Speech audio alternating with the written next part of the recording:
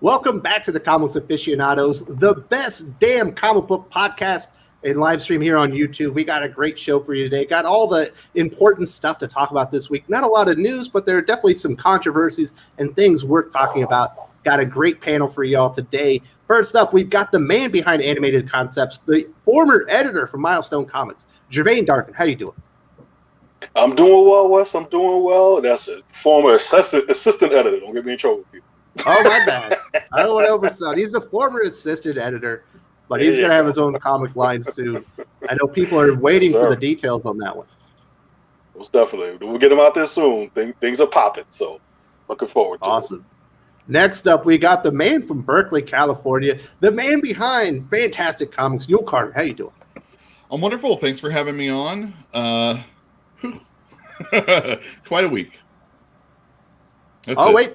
Speaking of Perch, wow, this is exceptionally generous from Chris from the Comics Exposed with the $50 super chat. Wow. Perch, fun show last night with Sean and Joe. To answer a question that was made, Superman would have a super truck. Why? Because he was raised on a farm and get more utility from a truck. Wes, take this super chat money and get the thing we talked about. Well, thank you very much, and I appreciate that. That's very nice of you. Very generous. Yeah. Perch, awesome. How did the show go last night with Sean Gordon Murphy? It was fun. I love. He came on. He answered every question that people threw at him, including crazy ones. So he was very, very generous about that, and it's always fun talking with Sean. He's a good guy. Did he answer why Thinking Critical is his favorite YouTube channel? He didn't answer that. Yes. I know he listens to your show, but yes. Well, you said if I put it into your questions on your That's community true. I screwed up. Okay, I also I feel like I got gypped. I started drinking quite a bit as well. So. I forgive you. It sounded like it was a lot of fireworks, and my question was just silly nonsense. So, Perch, welcome to the channel. I know you're coming off a hot live stream, and hopefully we have another one for you today. Absolutely, it'll be fun. And thank you so much, like we said to Chris, for supporting the channel. It's very, very generous of you. Next up, we have the critical curmudgeon himself, Pele, the comic book retailer. How you doing, Pele? All right. Yeah, it's actually pretty here today. Fucking weather, I'll tell you what, we've got like 50s all week long. I'm freezing my ass off, but today looks good. So it's pretty here in the Philippines as well. Pretty damn hot. I've been sweating my nads off all week, and it's gonna be nice being in that hospital. When you have bones as bad as mine, any warm day is good. Well, yes, it does help out. We've got Darth Bobcat with a $2 super chat. I started drinking quite a bit. Channel tagline. Yeah. Absolutely, you got to get that on the thumbnail. Yeah. So thank you very much, Darth Bobcat. And last but not least, we do have the co-host of the Comics Aficionados, the man who's been here since day one. Doc, how you doing? I am great. It is a gorgeous morning in Pittsburgh, and I'm sitting here talking comics with all you wonderful, wonderful people. Wondering where that was going. Okay.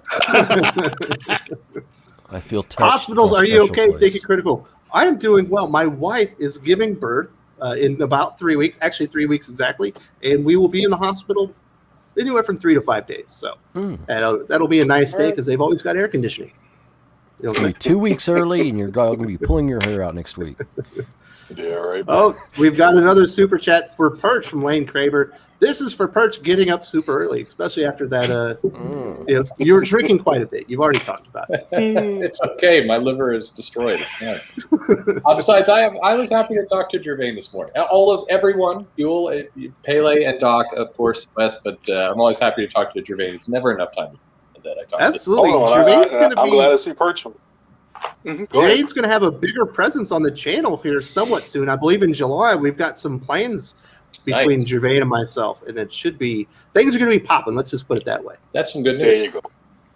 Most definitely. Looking forward to it. Absolutely. So let's get to the first big topic. We had some interesting things happening on social media that kind of coincided with some news that was out there. Dan Slott, who I don't know, I love Dan Slott because he allows me to produce a lot of content on my channel that people like to listen to. Where essentially I'm disagreeing with him. This is what he had to say on social media. When adapting comics to TV and movies or rebooting comics today, there's no reason to have the iconic characters be straight white men. The only reason that they're that way in comics is because they were created in the 30s and 60s when that was the default. It's not the 60s anymore. And novelist Eddie Robson followed that up and had to say, and you always get people saying, why not create new characters who aren't straight white men? Missing the point that characters like that are being created all the time, but it's hard for them to compete with famous, iconic characters with decades of history behind them. It's a franchise-dominated landscape, and you can't just will new franchises into being. You'll make much faster progress by diversifying the franchises that already exist. So now, this was pretty controversial, as you can imagine. It felt like people were trying to take the easy road and some of that things. Gervain, I'll throw it to you first. Obviously, you worked at Milestone, who were creating franchises out of a more diverse character lineup. Some characters even related to Superman, who we know is going to be black in the upcoming reboot under J.J. Abrams. What do you think about this? Wouldn't you prefer, or I don't want to put words in your mouth. What are your thoughts on those statements? So this is why I got the message on Thursday? No. But Yes, experience. Yeah. Yeah, so I'll say this. I want everyone to do just a little bit of an experiment with me real quick. If you're at your computer and you're on Google, and just type into Google, the little search bar there, Jesus Christ, hit the enter button, then click on the images tab. And can we please put this thing to rest?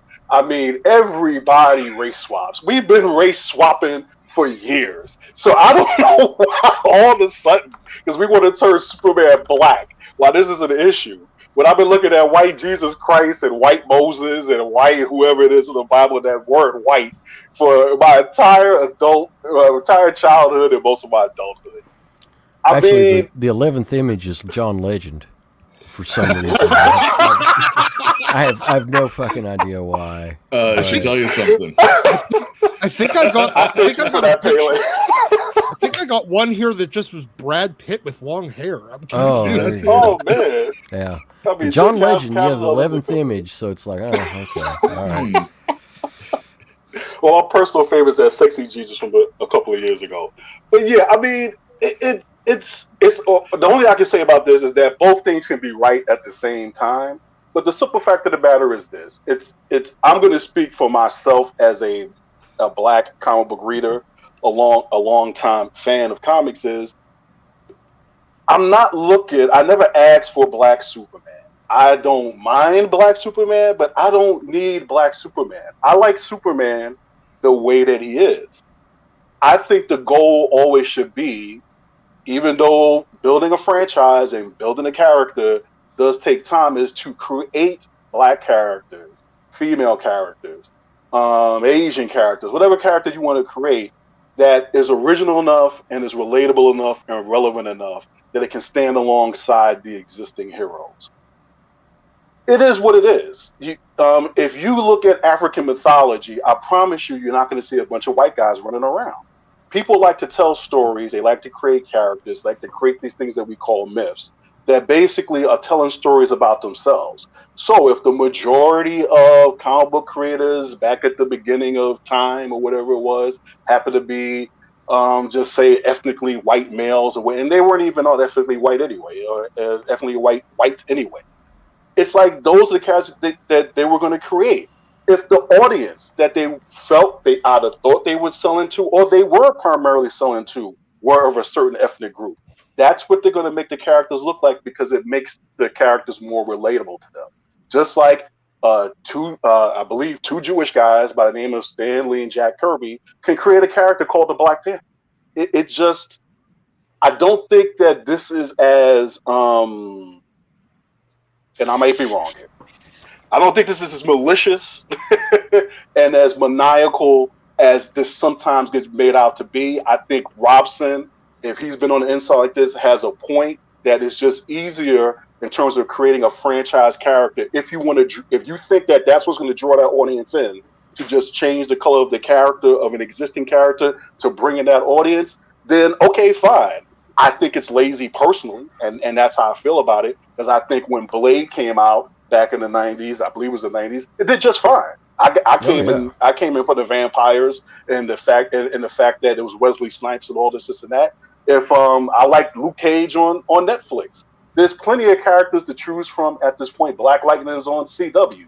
I watch that, and he's got Thunder and Lightning with him. It's just, I'm going to go with Jim Shooter on this. I just think this is just laziness. I just think it's just pure, unadulterated laziness. DC, for instance, already has a black Superman. It's called Icon. Develop that. What is the problem here? They had 2 black Supermen to choose from. They had 2 that already existed to choose from, and they decided to do Clark Kent. Oh my god! And I guess my other frustration, and I'll wrap up with frustration with this is that my introduction, I came onto YouTube because I wanted to find if people were making videos about comics, and that's how I discovered this channel. And the one thing that I regret, not about the Thinking Critical channel, but the one thing I regret in my discovering YouTube on comics, coming back into it this way, is all of this just cultural, political, ideological nonsense that has seeped its way not only into this particular medium, into this particular community.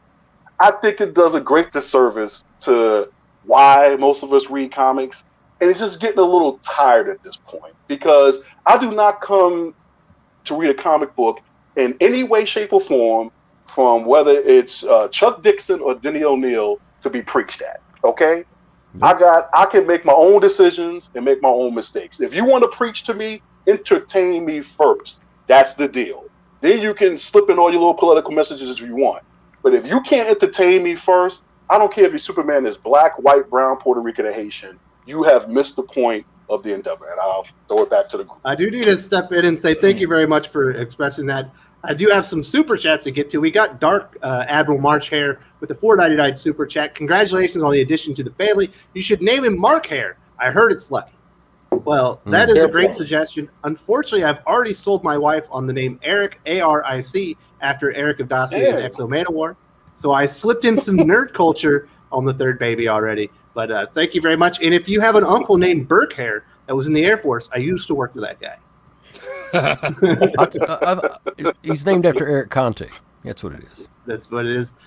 Yeah. We've also got $5 super chat from Darth Bobcat. Just think if Dan took all of his energy from tweeting over the years and focused it into a creator-owned image property, or even his Marvel work. That does seem to be a problem. It is, but we're being way too hard on Dan Slott here, because let's be honest, Christos Gage most likely wrote that tweet. More than likely. only when he failed to put it out on time. Like the slight pause, and then everybody got it. So, so Christos Gage with the spicy tweet. Thank you very much, Darth Bobcat. I do think a lot of creators would do well to put more efforts into to being creative rather than being on social media.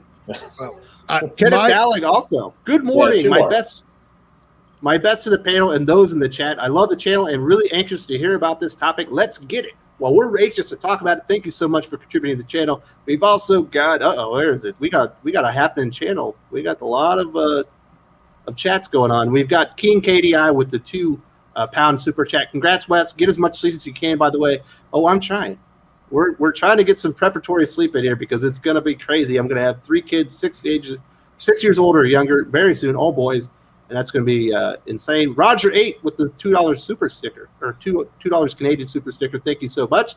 Very much appreciate that. We've also got a $5 super chat from Exploding Prinny. By the end of this stream, every panelist will be race gender swap. Perch will be species swap to a yellow bear. Sure. There we go. Isn't he already a yellow bear? No. I think Perch is trying to distance himself from that yellow bear, aren't you? I don't want those Disney lawsuits. I've got to run while I can. I just figured you just did. I just figured you didn't want Xi Jinping to try to kill you. I started getting a decent amount of mail from furries, and I'm like, I want to make sure it's clear. I'm not involved. You definitely don't want that. And thank you very much to Exploding Free and everyone that supported the channel. Very much appreciate that. Now, getting back to the topic at hand, Doc, it sounded like you wanted in on this. We'll let you have the next word after Gevian very eloquently stated his case. What was the name of this? The other writer, the guy that piped up after Eddie Robson. Eddie Robson. Okay, he said the quiet part out loud. Mm-hmm. This is, in my opinion, in addition to, yes, I agree with Gervain. It's lazy. It's just lazy. But in addition to that, it's used as essentially character carjacking.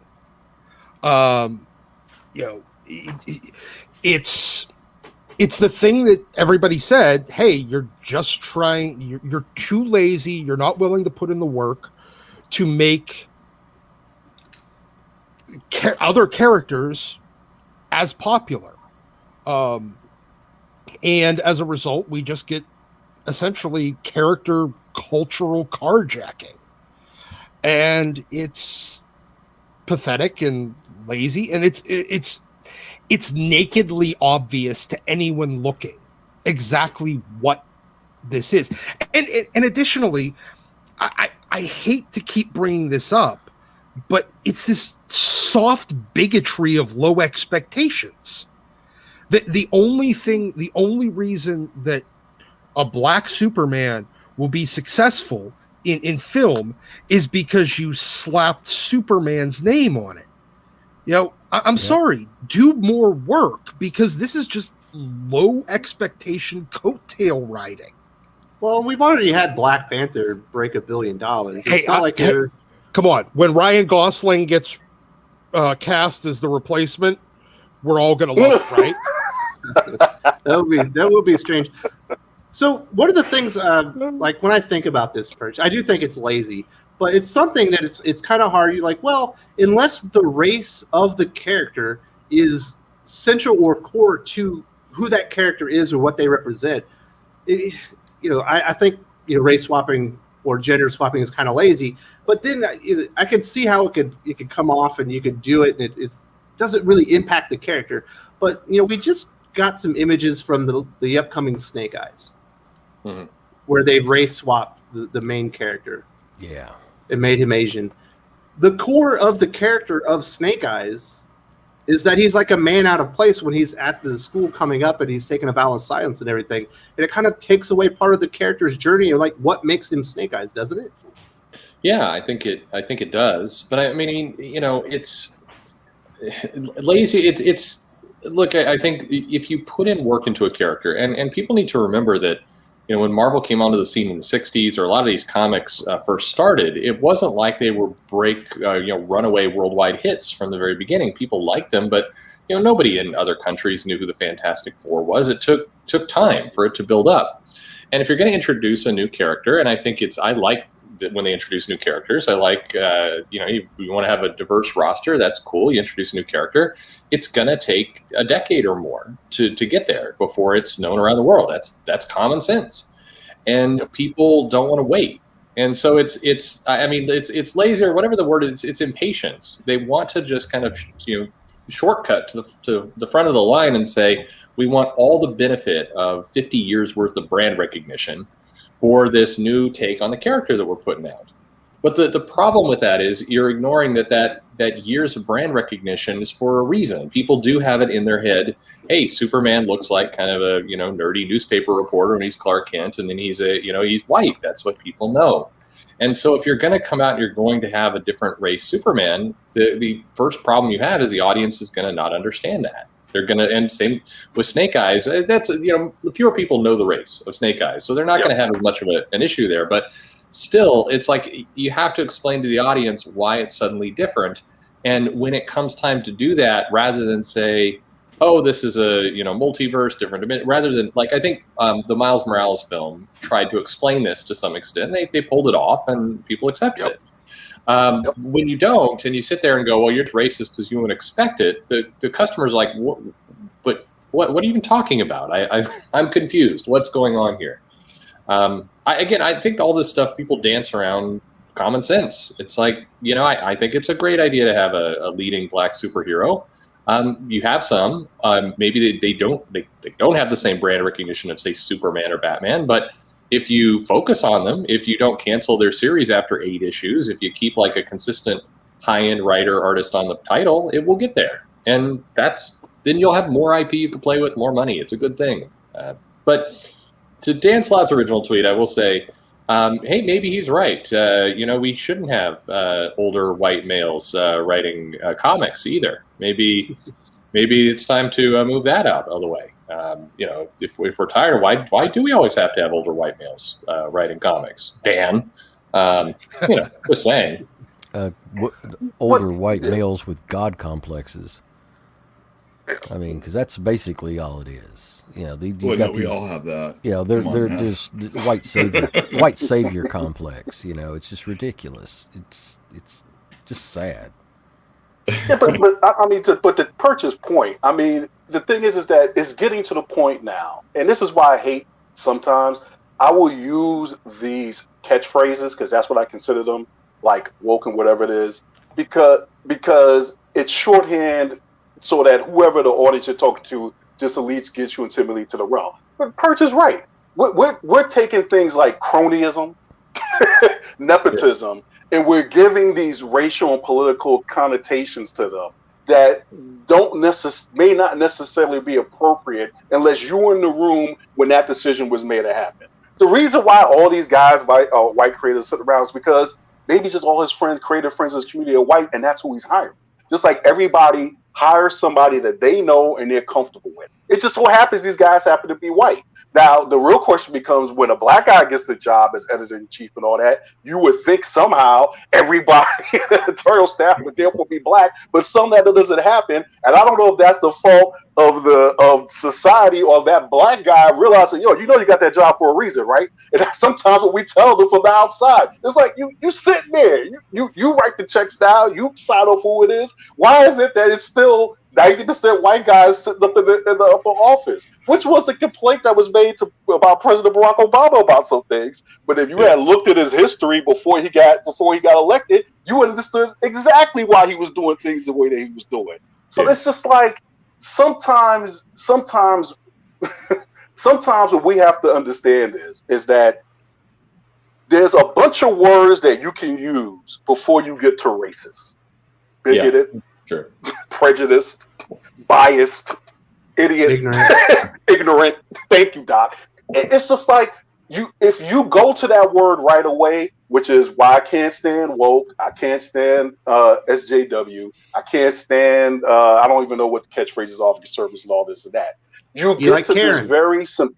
Karen. Yeah. You get to this very simplistic, reductionist way of looking at life and dealing with people that serves nobody in any meaningful way in terms of us moving forward. And then when you do it in a way, when you impede upon my entertainment and comics, then that's when I get pissed. Because it's like, I'm not here for that, bro. I'm here for a really good story about a really good guy getting punked by the bad guy for about 2 acts and then coming back like a madman and getting some payback in the 3rd act.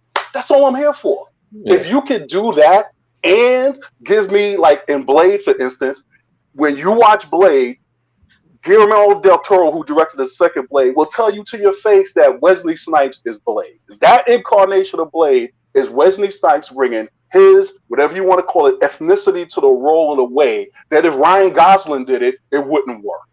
Yeah, I don't want to see a white Shaft, okay? That's what Mickey Spillane, whatever his characters are for. That's what Slam Bradley. Go get one of those guys and create your, white exploitation detective. Leave Shaft alone. All right. So, like I said, Jesus Christ. Google it. Hit the images tab. This ain't new. This ain't new. This ain't new. There's nothing new under the sun. This ain't new. But it's like, guys, it's. I think both things of what they're saying is true, is that creators are going to create characters that look like them because that's what they relate to. It's about relatability. If you're going to be selling so let's take hip hop, for instance, and I'm going to use hip hop as an example. The simple fact of the matter is you can see clearly the divide when the content of hip hop changed based precisely on the audience it was selling to at a certain point. When the audience for rap became 90% white kids, teenagers, young adults, whatever it was, all the content changed. It went from being sort of socially conscious to some extent and like party music to being party music and basically urban safari. And there ain't nothing wrong with that because most black people got out at a certain point anyway. Like I myself, once it got into the NWA, Onyx, and everybody talk about throw your guns in the air, it's like, yeah, I don't really carry guns around like that, bros. Yeah, that's what I'm saying. So I'm out. Two Live Crew. It was funny in the beginning when it was kind of like Andrew Dice Clay meets hip hop. But then when it just became like everything, and look, got nothing wrong with seeing big booties and rap videos, but I got mothers and sisters, other female friends, and after a point you gotta take a stand. So it's like, and that's why it switched. So it's like, it's business, guys. At the end of the day, it's business. And the thing is that and I'm going to speak for me, and if there are any other black people out there in the audience, please chime in on the super chat or chime in the chat. I never asked for a black Spider-Man, but when you gave me Black Spider-Man, it was entertaining as hell, and that's why I like That's why I like Into the Spider-Verse. If it wasn't, I would have just said Black Spider-Man sucks. Well, just some guy said about Black Spider-Man, it's like he's Miles Morales. He's not Spider-Man. He's Miles Morales, and he's awesome. He's absolutely awesome. He's a great character, but he's not quite Spider-Man. But he's his own character. He's a great character.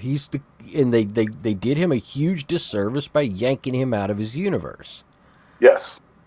So I do need to say thank you very much to Kenneth Dowling for the $10 super chat. I saw a video by just some guy, which you were just talking about, that talked about the same topic. They want to take iconic characters, change the race, and then gain the same popularity without doing the work. It's cultural hijacking. Yep. All right, Doc. So you think that's an appropriate term? I think it is. It's cultural and creating character hijacking. Yep. It's true. Well, I think it's interesting when the case of Superman is created by two Jewish men. And at the time, there were a lot of things happening. I think Superman, for them, represented the promise of what maybe America could be to the Jewish population in Europe in the future. And so there's probably a lot of things that those men were putting into the Superman character, to where at that point, maybe it's cultural hijacking. What do you think, Perch? Is that...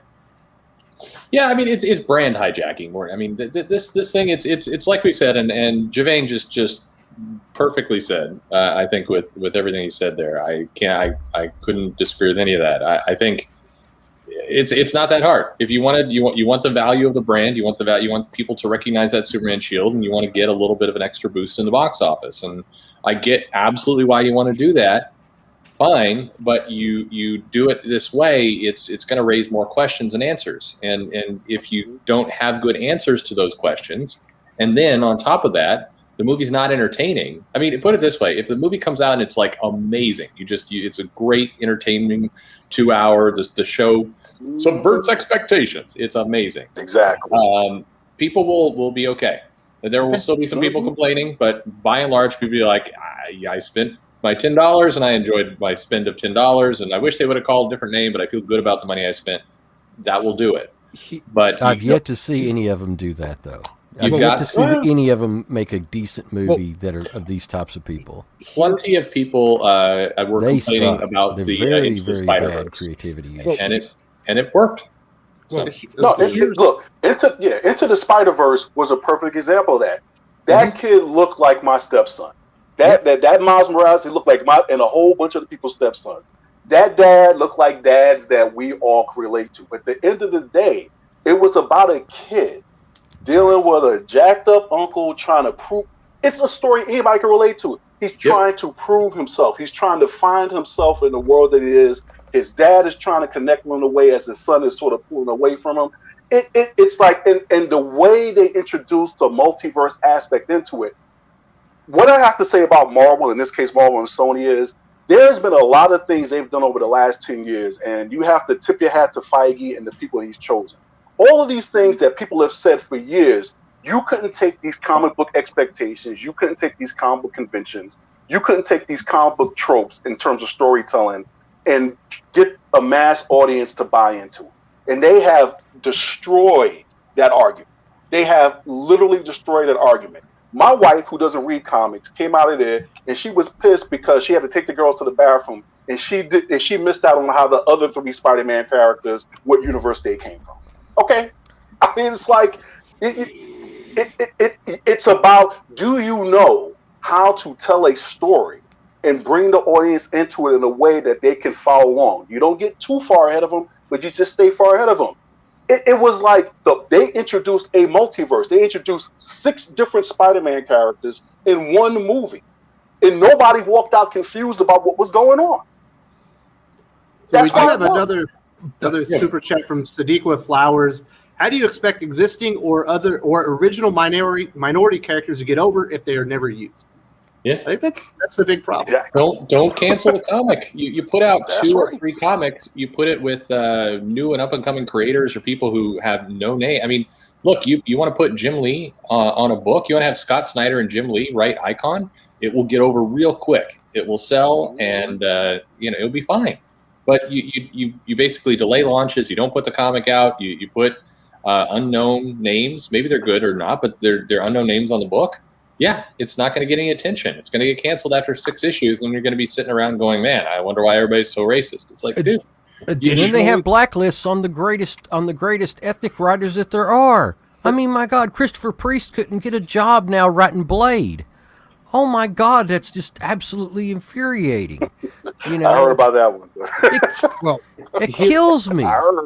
Here's the thing. When it comes to getting over, there's nothing owed to any character, regardless of its race or gender or whatever. I mean, for every one, Spider-Man or Superman, there's 5,000 Darkhawks that never really get over. There's a million Paste Pot Pete's. None of those characters are good enough to carry a series either. So you got to just throw stuff at the wall and see what sticks. Eventually something will stick, but don't get frustrated because the third attempt didn't work. Yeah, definitely needs to be more emphasis. Yeah. We've also got Darth Bobcat. Is Slott Crystal Gage's pet name when he's lazy? Maybe it's been Crystal Gage all along. Very good. Thank you very much. Shot. We've got Wolfstein 3 with the 549 euro. I am more concerned Coates makes it another grim Superman movie, peppered with lots of his takes on U.S. race relations instead of a positive movie. That's something I'm also concerned with. Wait, Coates is involved with it? He's the writer. Coates is involved with it? Yeah. Ta-Nehisi Coates is All right, writing. I'm out. Nope, I'm done. Nope. That's it. Yep. Okay, we can move on to I the was next making topic mild now. comments Yep. before because of that. No. Yeah, it's weird. Oh, Jesus. Nobody learned nothing from Black Panther, the crew, and everything, and the world of Wakanda, really? Oh, my God. It's All right, a track record, right? I mean, again, and this goes to this movie as well. Find the screenwriters for Black Panther, maybe find those people and have them do this movie. Find some people who have a track record of $1 billion movie. Use that. Like, don't. What are you doing? But it's very strange. I think that one of the things, I think that the people that throw around terms like racist and stuff like that, these are the Twitter people, right? These are Twitter people that throw around the term racist and all that kind of stuff. These are just people that haven't been punched in the nose. Because I know a lot of people around here that if you called them that, they're good people. They're white people. They're good people. They don't have a racist bone in their bodies. So you call them that, and you're going to end up with leaking down the front of your shirt. And these are people that just haven't had that happen to them yet.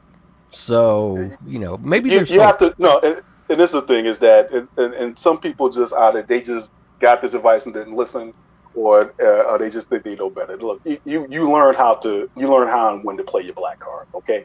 You cannot play the black card indiscriminately at any time or season just because you feel offended or you think you know what's going on. Because when you go there, you can't come back from that position. Yeah. When you go there, you better, excuse my French, Lord, you better damn well know what you're talking about, and you better be sure and clear about that's what's going on. Because the simple fact of the matter is, like I said before, sometimes it could be ignorance, sometimes it could just be cronyism, sometimes it could just be plain on nepotism. Sometimes it could just be they just got up on the wrong side of the bed that day. But the simple fact of the matter is that Ta-Nehisi Coates doing Black Superman as a screenplay is ridiculous. F. Gary Gray would have been a better choice than that. Okay? If he was still alive, I would have given that to John Singleton before that. I might even have considered Spike Lee, but I just know he goes on. But there are way too many Black filmmakers out there and Black screenwriters that for you to be picking Ta-Nehisi Coates at this point, Ta-Nehisi Coates, with all due respect, who only discovered this particular brand of blackness that he's been pushing ever since the reparations thing, his reparations hustle, has only discovered this, was a completely different talking brother in the public face 10, 15 years ago. So and after that Black Panther run, it was just like that. And see, that's what I'm talking about. It's like, this is a guy who clearly, even if he read a comic, nobody sat him down and said, this is how you do this without being pretentious. This is how you do this without being heavy-handed. This is how you actually entertain people first, as opposed to taking everything you wrote at The Atlantic and read in Newsweek and have had in your little shishi-foo-foo discussions and throw it on a comic book page and think that this is the way that comics are written and made. No. There are expectations from this genre, and you have to meet those expectations first before you start ramming certain things down my throat. So, I mean, I'm always willing to be wrong. I delight in being wrong. If Ta-Nehisi Coates writes the Black Superman that defines a generation, I will gladly come back on Thick and Critical and fate Coates with roses. But when that joint goes down in flames, at the same time, it's like, I was right. Come on. Oh, God. You just ruined my day. So I need to get to some super chats. Everybody wants to get on this one. Kenneth Dowling, I want to say I love Gervain's take in general, but especially with today's topic. And I thank you very much. I think he's been on point so far. We've also got Creator Season with the $5 super chat. I'm black and race swapping sucks. OG black characters already exist. There's so many cool ones out there, Gervain. We did a whole talk with Jason Medley about all the characters that were developed in the 70s. They're just waiting to be... Corallo. Yes. Yeah, he's making me Jason look bad at one point. That's right. If you haven't checked out that video, definitely do. We had a good time talking about Milestone, but there's so many cool characters. Yep. But do you think Hollywood would even be comfortable putting a character like Icon, a conservative black character, representation kind of a Superman-like character on TV, or they have to change him completely? No, that's what Rocket is for. See, that's my point. If you read Icon and Rocket, and I'm sorry, and I know a lot of black creators who even thought that Dwayne and Dennis's and probably to some extent take Michael, maybe even Christopher Priest, who was involved with it from the very beginning, that even some of their cultural biases seeped into those original Milestone characters. But this goes to, and I thank you, Perch, for bringing up that thing about time. This is the factor of time. See, we think that Superman that we know today was basically everything that we know about him today was conceived and executed by Jerry Siegel and Joe Shuster, and it wasn't. Some of the major conventions of the Superman mythology actually came out of the radio show. So the thing is that Superman has, Flying to Justice in the American Way, all that stuff. Exactly, all that stuff. It did not originate with that strip. Even the original concept of Superman, which they kind of tested, was this really kind of, it's almost parallel to Gene Roddenberry's Star Trek. So, and I don't lose a point, but like when you look at the original Star Trek, the first pilot, which I think was The Cage, which had Christopher Pike, that was actually what Roddenberry envisioned for Star Trek. And the executive's like, oh, you know what? You sold us a bill of goods. You told us basically you were going to basically give us like a cowboy, a western in the stars, and that's not this. It was actually more pure science fiction than they wanted. So the Star Trek that we all know and love isn't actually Roddenberry's original vision of what it was. Even Next Generation was closer to it, but they still weren't getting past some of more the campy stuff that, they say, well, we need like monsters popping out of people's chests to keep the audience interested in all that. So these things that we now take as character brands and we take as characters as this pop fiction mythology that we all love and adore and enshrine, it took decades for that to get to the point where we all recognize it and know them for what they are and have embraced them to that certain point.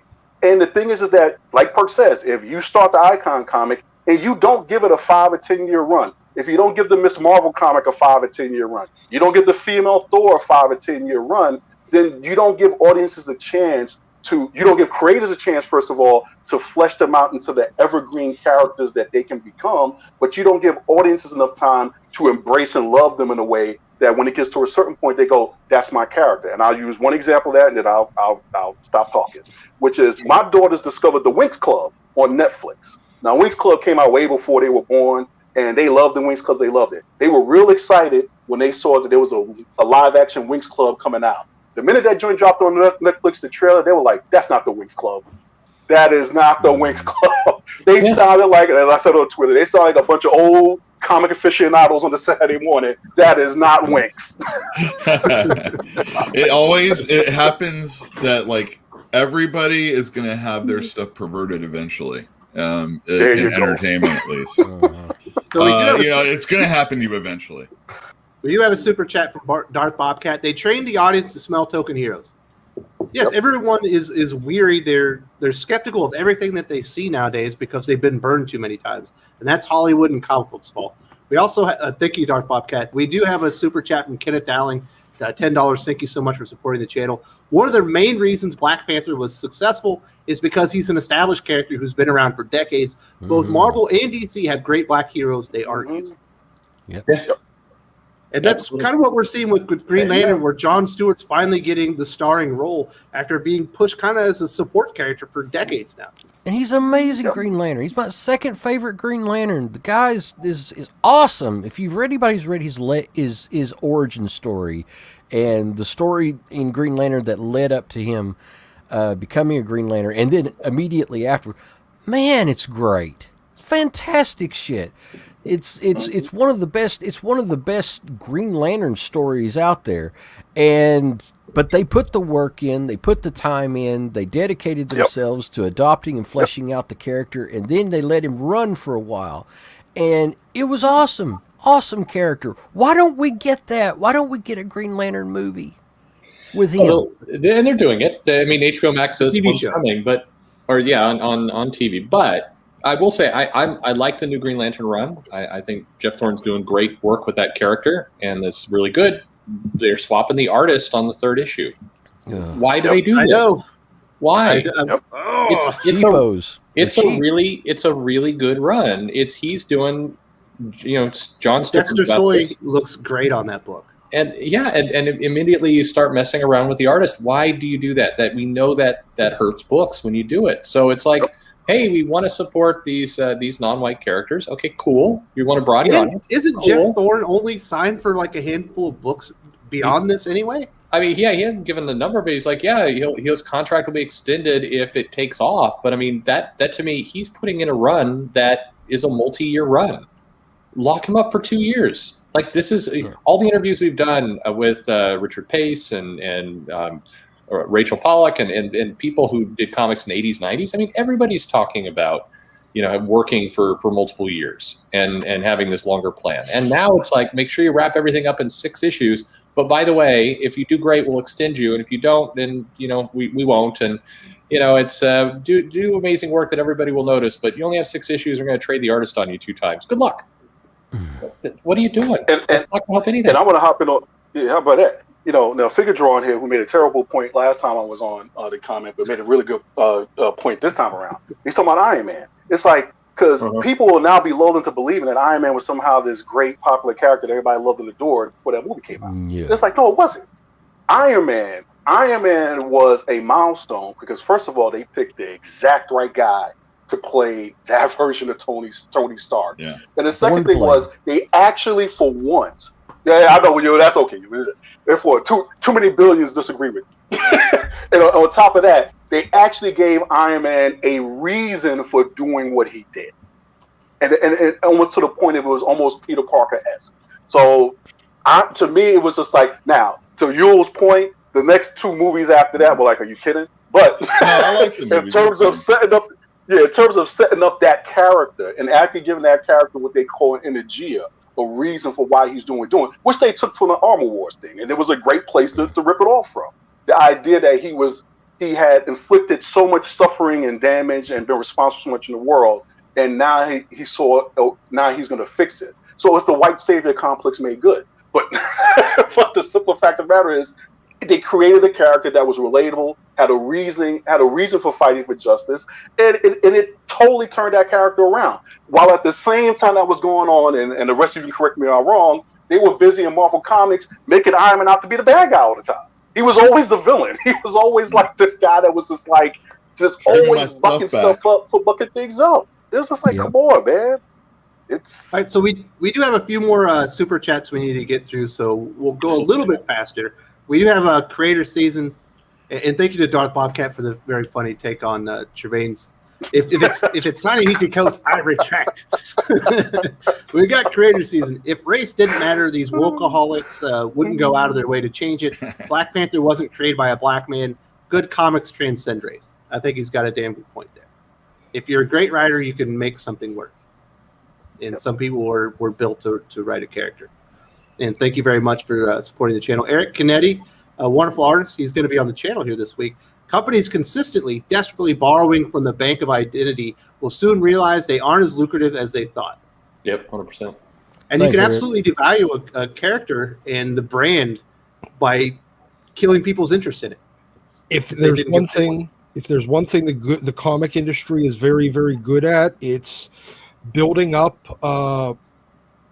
let's say the goodwill bank account, and then deficit spending themselves into oblivion. Mm-hmm. Very good point, Eric Canetti. We've also got Jasper Play 9. Wes, I've got a few issues of Tiger Beat with Kirk Cameron pinups. Might look nice on as a Band-Aid for that spot on your wall. Any interest? I would put it up there, I guess. Eventually, I will have some green screens behind me, but we are still working on it. I got 3 kids. I'm not going to fix that spot in the wall because I know the next kid's just going to do the same damn thing. It's going to be a waste of my money. But thank you so much. I will take the Kirk Cameron pinup. We've also got a $20 super chat from Eric Canetti. Thank you, very generous. Coates can barely write a comic book that has a graspable, tangible theme. I'm unconvinced he can write a cinematic 3-act structure, much less compelling characters that aren't more than their identity. I think that comes out of the problem with Coates writing almost anything. If you saw his Captain America, what did he do with Captain America, Perch? He's not a fiction writer. It was terrible. He retreaded a bunch of stuff that had already been done.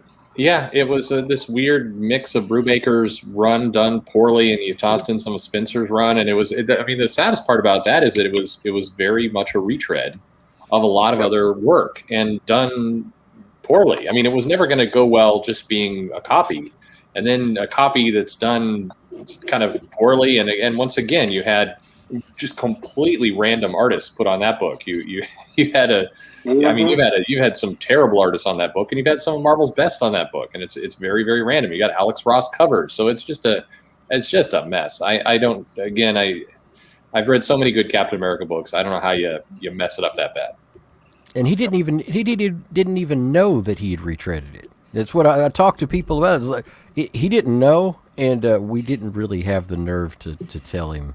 So, he kind of found out after the fact that, oh, you mean people have already written these lines? Yeah. Well, it's literally the same story arcs. I know, but he had no idea. He just that's crazy. That's hilarious. That's on that. J.J. Abrams' bad robot production sauce to it, which is, has he ever redone something in a good light? He just does the visuals look right, and then he takes the essence and the core of all the characters and removes it. Yeah. But I'll say this with the J.J. Abrams with the Star Trek thing. The only reason I was able to go along with that one is because he literally created a parallel universe where it didn't tread or impose upon my original Star Trek childhood. So that's why he got a pass from me. Yeah. The fact that he respected me enough to actually create a hard fork and just make it a parallel universe, it was like, thank you very much. So my Kirk and Spock and McCoy is still sailing through the universe, saving lives and doing the right thing and having fun. And if you want to jump into whatever they call that universe, they have a name for it and everything. That time, the Kerwin, the Terwin, the something timeline, have at it, Hoss. Thank you very much to Eric Canetti for supporting the channel. Very generous. We've also got Chris the Bliss, a 125 pesos Filipino. I'm Filipino, and I do not like the idea of identity politics and race swapping characters. It feels like pandering. Well, thank you so much for supporting the channel right here in the Philippines. I believe I've talked to Chris on the phone a couple of times. He's a good guy. He's an aspiring comic book artist. And thank you so much for supporting the channel. Does it feel like pandering? Anybody? Oh, yeah. All the time. Pretty much. it just and then on top of it, they'll put a creator on that does maybe not really, like Coates. Maybe he shouldn't be on Captain America or Black Panther, because he started with Black Panther, right? Or any fiction at all. And what I'm saying is like, we got this guy and we really want to, do something with him. Let's put him on a project. That'd be one thing. But it feels like, oh, well, this guy is black and we have an opening for Black Panther, and let's put this guy on, or maybe they even create something for that person. And it doesn't matter if it's gender or race or sexuality, proclivities, before it was like we were saying, if someone, we got a mandate, we're gonna start creating some diverse characters. Well, Jerry Conway, get to work. Get to work. You got give me 10 proposals right now. Where are we with that? Roy Thomas and all these other guys. All right, guys, we do have a few more super chats. Thank you so much to everyone supporting the channel. We very much appreciate it, and thank you to Chris right here in the Philippines. I'm not a Pinoy, but my wife is Pinoy.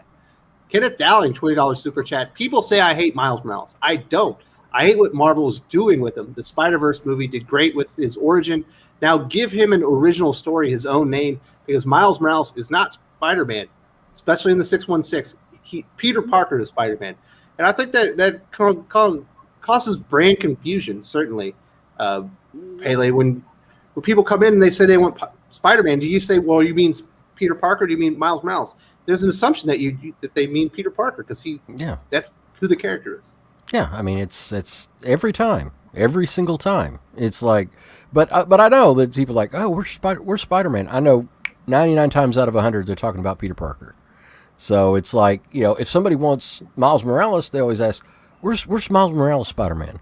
Where's Miles Morales? And we get a lot of that. We get a lot of people wanting Miles, and especially younger readers. The 10 to 14, 8 to 14 group. Hey, yeah, that's hot, and it's written, with a younger audience in mind and stuff like that, and the language is a little bit more hip. The themes are less adult, more teenage, kind of vibe to it, and But when somebody says they want Spider-Man, I know, there's Peter Parker right over there, and it does happen occasionally. Go ahead. Yeah, so can I throw this question out to the group, and to Pele, and to all of you? So shouldn't that Spider-Man movie Into the Spider-Verse been called Ultimate Spider-Man? Because technically that's who Miles Morales is at this point. You'd think. It wouldn't have made much sense to the viewers, because, I mean, keep in mind, the 95% of people coming to that movie aren't reading the comics, so they don't have any context of Ultimate. That wouldn't have made any sense. But, Into the Spider-Verse, Miles Morales Into the Spider-Verse, I mean, I think it made some sense. I thought the first 5 minutes of that movie, or less, established the multiverse very quickly. It was actually very, very well done. Like, they didn't spend hours trying to figure it out. Like, if you're going to do Superman, this movie, you can absolutely do it. Do something similar. Spend 2 minutes. You've got 52 Earths to choose from. Yeah, here's on another universe, much like ours, here's something else going on. And then you roll the story out, and that solves half of your problem. But I do think the point, when you're calling him Spider-Man, I mean, some people will be okay with it, but by and large, it is confusing to the brand. You're better off building Miles Morales as your brand. Mm-hmm. Or you could come up with some other name, but I mean, Marvel kind of teased that and then screwed it up. But people know Miles Morales at this point. It's good brand equity. Keep going. They really should come up with a different name for him for his own sake. And Spider-Man, that's Peter Parker, and it's probably always going to be Peter Parker. And they're not, Ben Reilly's Scarlet Spider and Spider-Gwen and blah, blah, blah, blah. Come up with Miles' own name, his own really cool name, Right, we gotta get with We've got so many. We should all just let the super chats go, because we gotta get through this. We got Pedro. This is a great problem to have, and I want to say thank you to everybody. Pedro Ang with the $5 super chat. Coates writes like if comics are beneath him, no soul whatsoever. He should stick to writing political essays or find something that interests him. I think that does feel like the biggest problem when you're like, he doesn't want to be writing this like superhero genre, but he does want to put a few ideas in there. He's not a fiction writer. He is an essayist, and he needs to stick to writing essays. The problem is nobody reads fucking Atlantic essays. Yep. He thinks he can. He thinks he can. He thinks he can influence the culture better by writing things in pop culture. The end. Yeah. That's why he's in comics. Yeah, and thank you so much for that super chat. We do have Eric Canetti with the $10 super chat. Write good, and he's got good in all caps. Understandable, not necessarily relatable characters and clear, trackable stories for real audience and not a fandom one. Why is this such a foreign concept? Is it? It does feel like that they've lost the the point of comic books at this point. Delusion. Yeah, it's a bunch of people. Grandeur. Yeah. Denial isn't just a river in Egypt. These people believe that the audience that they're writing for exists. They believe that it's eventually going to pay. They believe that quality doesn't matter. So therefore, they're just going to keep doing it, and eventually, maybe profit. I mean, it's like underpants gnomes. You've talked about this before, Gevian, where you've done a lot of market research. Obviously, you've got your own comic line coming out. And for the most part, people are drawn to cool characters and good stories. And if they can relate, like physically relate to, or maybe the demeanor, they can relate to that character, that's the cherry on top that you're like, oh, that's even better. I'm glad that phrase stuck. So I know people have mocked me for my WWE comparisons before, but I'm going to keep going back to it. So as I shared with all you guys, most of you, my tweet of my daughter with her boss time rings, that wouldn't have happened if she hadn't gotten interested in wrestling, the wrestling product first. Then once she actually started liking the wrestling product first, then she looked for a character that she could identify with, and that character was Sasha Banks. And there's nothing wrong with that. But even with Sasha Banks, that wouldn't have worked if the quality of women's wrestling hadn't stepped up exponentially by the level that it has. So you and I, Wes, talked about that. It was like it was over in NXT when Bayley and Sasha had that first championship match. That was on par with Brooklyn. Just about anything. Yeah, Brooklyn. Anything that had come out. So you have good, competent women wrestlers who can just go just as good as the men can. And the fact that she's black, flashy, and doing her own thing, that's what gets her over the top of my daughter. But if my daughter didn't buy into Samoa Joe, Brock Lesnar, Roman Reigns, and Braun Strowman going at it, then it wouldn't have mattered how many black female wrestlers or Bianca Belair or whoever it is coming along. Because she wouldn't like wrestling. So she had to like wrestling first. Then you get in. Then you can, I think, strategically and effectively, if you want to call it that, because I hate these phrases, but I'm going to use it, the identity politics part. But if you put that particular cart before the horse, it's not going to work. It's not going to work. Because if she doesn't like wrestling, it doesn't matter what Sasha Banks does. Do you think it's an issue where the creators think that identity politics is as important to everyone else as it is to them? Yes. And I'll make this point because my wife said this one time when we have friends, and they're not all black. And someone says something to her, and she says, don't they just understand that we just want to raise our kids, have them get a good education, and be able to support themselves like everybody else does?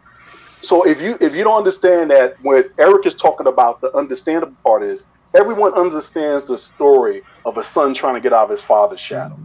Everybody understands the story of a mother who's being torn by too many different places when the husband's falling down or kids don't respect her.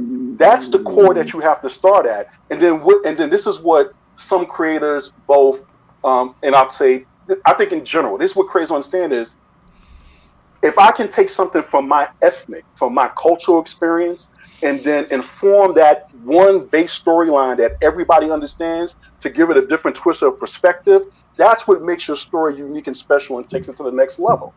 But the thing is, at the end of the day, the only thing separating all of us, really the two things separate all of us, is the amount of melanin in our skin and whatever your cultural history is. So wherever you grew up in the world or something, there's always the concept of other. If you go to the Dominican Republic, there's racism. Sorry, there is. It just doesn't look black and white.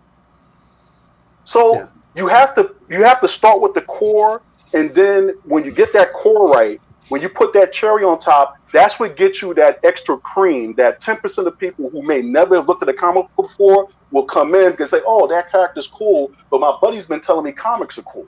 So now the comics are cool. That becomes an entry point for them. But understand this: if the comic ain't no good, it don't matter how you got them in through the door. They ain't coming back for seconds. Absolutely. We also got Krista Bliss coming back with the 125 Filipino pesos. Reply to Kenneth Dowling: Miles Morales Spider-Man needs a renaming. Rather than naming Spider-Man, maybe a remix of the Spider-Man name. Very quickly, Perch, if they rename him, could he? Do you think there's a glass ceiling on him with the name of Spider-Man and Peter Parker still around? Yeah, I do. I mean, a glass ceiling or just you're giving away cash. And what I mean by that is like Spider-Man's a valuable brand. You can make money off of it. If you got another brand, you can make more money off of it rather than dumping everything into one. It would just be smart business to start to spread things out. And I mean, in terms of storyline, why not just have Miles say, I am Miles. This is my identity. I'm going to own it in the comic. And one day I'm going to be the superhero. I'm going to grow up and I'll find my name. And then you're bringing readers along for a journey where he's going to find that identity. He's going to find that name. It's actually kind of a cool thing you can play with. And eventually you get some superhero names. Relate to that. When you finally got out of the house, you try to discover yourself. Exactly. And then you have a name and you run with it. So that's what I would do. Screw it. And thank you to Eric Canetti with the $10 super chat. Anytime I see a creative team flounder, especially new writers and artists, I don't immediately fault them. I point my finger at the editorial team whose job it is to help them succeed. That's probably that's like 90. Is that 90% of the problems with comic storytelling right now? It feels like there's just no good direction. There's no guardrails for this stuff. I mean, you put people on things, they're largely untested. You give them no long-term security, and I mean, you're not going to get your best work. What do you expect? There's always exceptions that prove the rule. People who break out, but this is a recipe for failure. Most of the people are underpaid, under-talented, and overworked doing, look, proofreading. They're not even proofreading half the time. Yeah, not even that. I was wrong. But no, that'd be the easiest thing. Seriously, I mean, it's kind of like, I mean, it's the same argument I make about the marketing in comics and the advertising in comics. If there was anybody any good at editing, they'd be working in an industry that pays them better than comics does. All right, so I do want to ask Gevian, you've been an editor, you worked at Milestone, the smaller line, but you had the head creative. Like Dwayne McDuffie, he was there and you were not going to write the character out of character. Like, it's going to make sense within the universe. And if you got it wrong, he was going to correct you. Yeah, no, it's so I'm not going to claim I sat in on all those meetings where they did that, but that's definitely what you were taught. What an editor does ultimately is, and an editor is a springboard. You pitch your ideas at them, and then they challenge you on what it is that you're trying to get across. Because the thing is, at the end of the day, and this is to Eric's point, is that it's your name as the writer that goes out there. It's your name as the artist that goes out there. It's your name as the letterer and the colorist. So if that work goes out there, regardless what everybody wants to think and believe, they're going to blame those creators first before they go to the editor. So it's literally the editor's responsibility to make sure that creators are putting their best foot forward. And to further make this point, it's like even with the great Chris Claremont and the great John Byrne, it was and I want to say it was Shooter, if I remember the story right, when it came, you would have never gotten the Dark Phoenix saga that we currently have if Shooter hadn't pressed and challenged them on. Yep. He said there had to be a consequence for what she did. There had to be a consequence for what she did. Byrne was just basically going to write it like a 70s sitcom episode, and like at the end of it was all said and done. All's forgiven. Jean Grey's back. And the fact that she wiped out a whole solar system just didn't mean anything.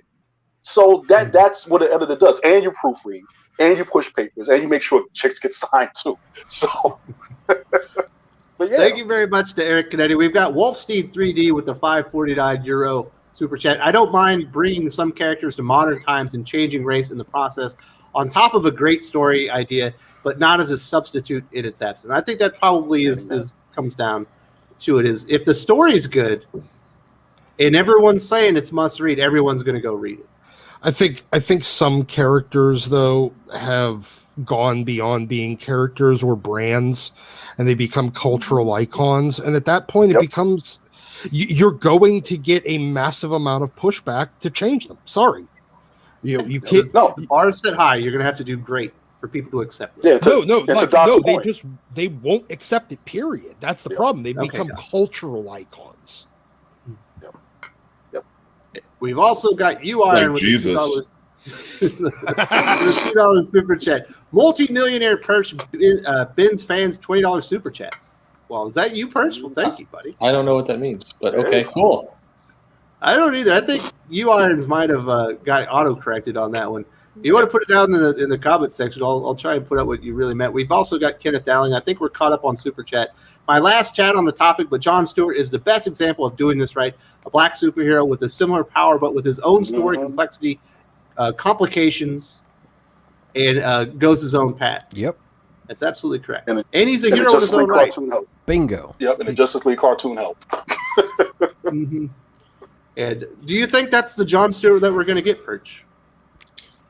I hope so. I have no idea. I mean, unfortunately, John Stewart and James Rhodes, to some extent, they took their time with these characters. I mean, again, it's not to be a broken record, but to kind of what Gevian was saying, you got to put in the work. And so if you're trying to compress 5 years of character building, getting the personality right, and putting all these things together, and then you're going to make it into a 90-minute movie, you're going to drop all that nuance, and you're just going to go for sound bites and kind of the cheapest road possible to get the movie pumped out. And that's what worries me, because I think John Stewart is a very complex character. Same thing with Rhodey. I think, well, we saw Rhodey in already in the Marvel Universe, and they went for very quick. And even then, that was probably one of the better examples in the MCU. It's take your time. While I think about it, this is actually, though, par for the course with Warner Brothers and AT&T. They've been trying to skip the line and stop doing the work since they started the DCEU. So doing it this way too, hey, it's the same thing. Sure, it's harder in movies. I mean, in movies, you've got 2 hours to tell your story. It's a little bit of a different beast. But, I mean, it is, as I wrote in the chat, I love John Stewart. I love James Rhodes. Both are legacy characters, took the new identity. They did it really well. They took their time, and they explained it. It worked out. So I love it, but I do suspect a little bit that taught people all the wrong lessons about how you can just, let's just change the character, and it will be great. And forget about that spending time. Yeah, if Black Superman is DCEU's crime syndicate Superman, then I take back everything I said. If he's the Earth 3 Superman, we're good to go. Superman is a different story. We do have Eric Canetti, and this feels like he wants to put maybe some accountability or some metrics. Thank you so much for supporting the channel. I propose a metric for editorial staff: a 7 to 15% increase in annual sales of the books under your umbrella. If you miss your quota for 2 years, your employment here is tentative. Automatic accountability. He's not wrong. I mean, at this point, what multi-billion-dollar, multinational corporation does not operate with KPIs? I mean, seriously. I mean, what major industry doesn't evaluate people based on key performance indicators? And against your peers and your performance on whether or not you are being additive to the team. Yeah. Great value. If you're at this point, it's astounding that they don't. Well, they use diversity as a shield to avoid any form of accountability, and it's sad but true. It does feel that way, certainly in many cases. But I think I like where Eric's head is at here, but I just don't think in the current climate of the comic industry that they're interested in holding themselves accountable. Eric's idea was partially how the industry worked to some extent. I mean, maybe not this firm with the KPIs, but it was true that you had to have a bundle of good selling books, and that would be trouble if you didn't. This used to be how it was. We've heard a lot of editors say things like that. We talked to Glenn Greenberg and Jim Salicrup and others. I mean, this idea was real, but it does seem to have moved away from it. So thank you very much to Eric and everyone else that sent in super chats and supporting the channel. I think we got through them all. This is a very cool topic. We obviously we could do this for probably 3 hours. It'd cover it very well, but at an hour and 10 minutes is probably enough to hit this. Let's go to another topic. Thank you so much to everybody kind of hyping it or for chiming in on this and being a part of the conversation. It looks like the the comments and the chat, the commenters were having a very good, cordial discussion. We That didn't doesn't even always reach happen. gender part of it. We didn't. No, not really. So let's get into this. Let's get into something that's happening right now. Doc, I'm sure you saw this. There's a house ad basically saying, giant size X-Men, changed the world.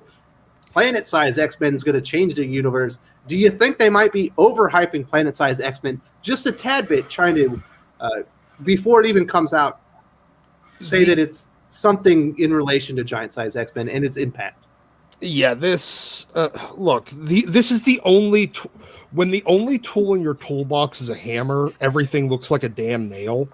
And the only tool in Marvel's editing or their editorial and advertising marketing toolbox is it's the biggest thing ever. It's the biggest thing ever. Nothing will ever be the same. They're literally just taking all of the I've made reference. I'm not a huge wrestling fan, but I've made wrestling references on this channel on a number of occasions. But it's cheap pops. That's what they're doing. They're doing cheap pops for how this works. Nothing here. There's nothing else to sell right now. So the only thing they can do is just endlessly hype. They can't you can't just say, hey, look at this cool thing we're doing in this story. Everybody looks at what they're doing so far for like Hellfire Gala and they're like, this is fucking stupid. And so the only thing they have left is this is going to be the biggest thing. It's going to change the world. I mean, doesn't it seem like they don't have a goddamn clue on how to actually sell a comic book these days? Nope. They did with House of X and Powers of 10. They shot their load with this one. That's the problem. It's like you promised us this 2 years ago and you didn't deliver. It was like that was a changing the universe moment. See, that's what was so great about House of X and the whole Moira thing, was that it was like literally they were saying that you've been looking at 10 different versions of the whole Marvel universe for all this time. And not in this cheap way of like almost like the Clone Saga kind of happened, but it was just like, that's kind of cool and I want to see the ramifications of that. And they never got around to it. So nobody believes this. And they like, also, whatever. the only thing they said to hype House of X and Powers of X were, this is the most important panel or like page in X-Men history. That's it. That's it. That was it. Only thing they did. It wasn't there was none of this, nothing's ever going to be the same. Oh, this is bigger and more important than this thing that you love. This is it's cheap pops for advertising.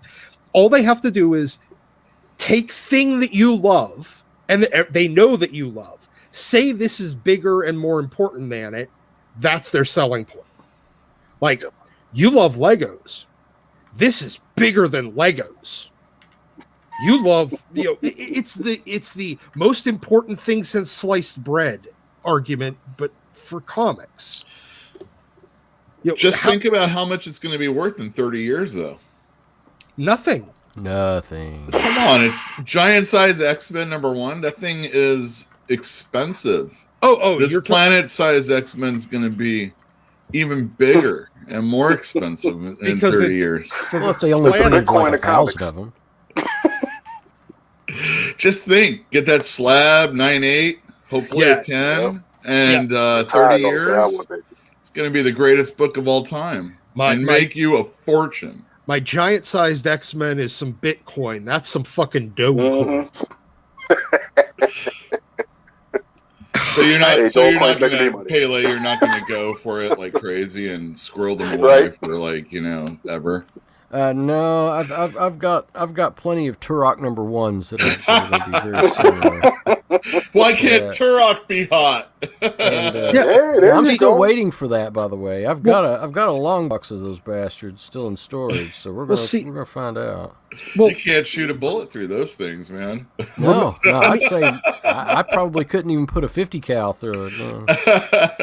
the thing is, like, I mean, like all these marketing sales phrases, all they are just borrowing from the stuff that Stan used to do. Stan was a great carnival barker. The thing is, though, when he would say something mattered, this was super important, it was at least good. It was at least fun. At least he believed it. Yeah, yep. And well, not only that, but like even the readers, you know, they came away liking it. They might have said, well, it wasn't the best thing I've ever read, but it was really, really good. I had a lot of fun. So, and on the occasion when he didn't, like, he would use that, you know, one of his carnival barking phrase and not deliver on it. There was 10 other cases where he did. The problem is we're now at the reverse of that, like, ratio, where for every one time they say something's going to be super big and important, and it actually is, there's like 20 times where, you know, it's another, you know, Empire or Iron Man 2020 or War of the Realms or whatever nonsensical event that they're going to do that has no fallout whatsoever, and nothing is ever changed as a result. And what happens is over the years, all of the confidence that anybody has in the product and your marketing is gone. Nobody believes it at this point. Absolutely. I'm sure you guys remember this when they were hyping up House of X Powers of 10. They showed the panel of Moira X and Charles Xavier sitting on the bench and said, this is going to be the most important panel in X-Men history, right? Yeah, and that's the extent of what they did for the hyping. Mm-hmm. And it's not the most important panel in X-Men history, even though it was very important. So. Well, and they didn't. It wasn't the most important. They said that this moment would be one of the most important moments, up there with, and then they listed a couple key items, and it was the, you know, the exception proves the rule. It turned out to be a big moment, and I think that's one of the reasons why House of X Powers of 10 went over, because people were not expecting that the hype would actually be, you know, something would actually happen. And so that was a very pleasant surprise. I think that's what got paid it off. Goodwill. Yeah. But that is the exception. It was. And they have spent all this time pissing that currency away. Yeah, that's what they've spent the last 2 years doing, burning, deficit spending all of the goodwill currency that they banked. Yep. As a result, and they wonder why people are just abandoning X-Men again. Because people were on board for that ride, man. They were. I mean, I haven't walked to the comic shops like that and had people just like, "Hey, have you read the X-Men?" I mean, the retailers will come to you saying that. Other people in the store, if they saw you looking at it, have you seen it?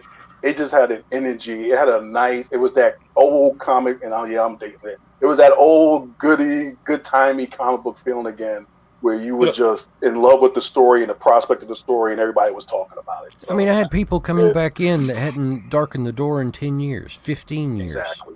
Yeah. But then you saw exactly how many titles they were going to come out with towards the end of the series, and you knew exactly we were going to be here today. Mm-hmm. I mean, and if you didn't, it's like when you find out Rob Liefeld is going to be on a book.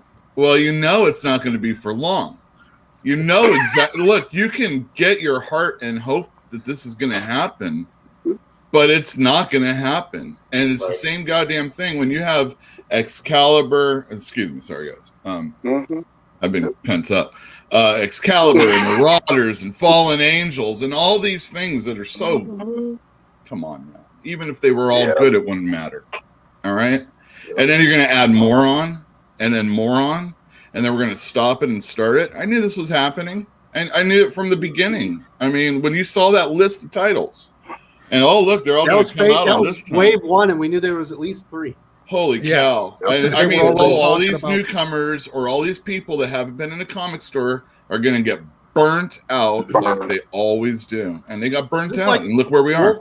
Wolfstein 3D is saying with his super chat, thank you so much for supporting the channel. By now, events are so bloated and the cover price is so high that you've already spent $50 before it becomes obvious that the event's another turd.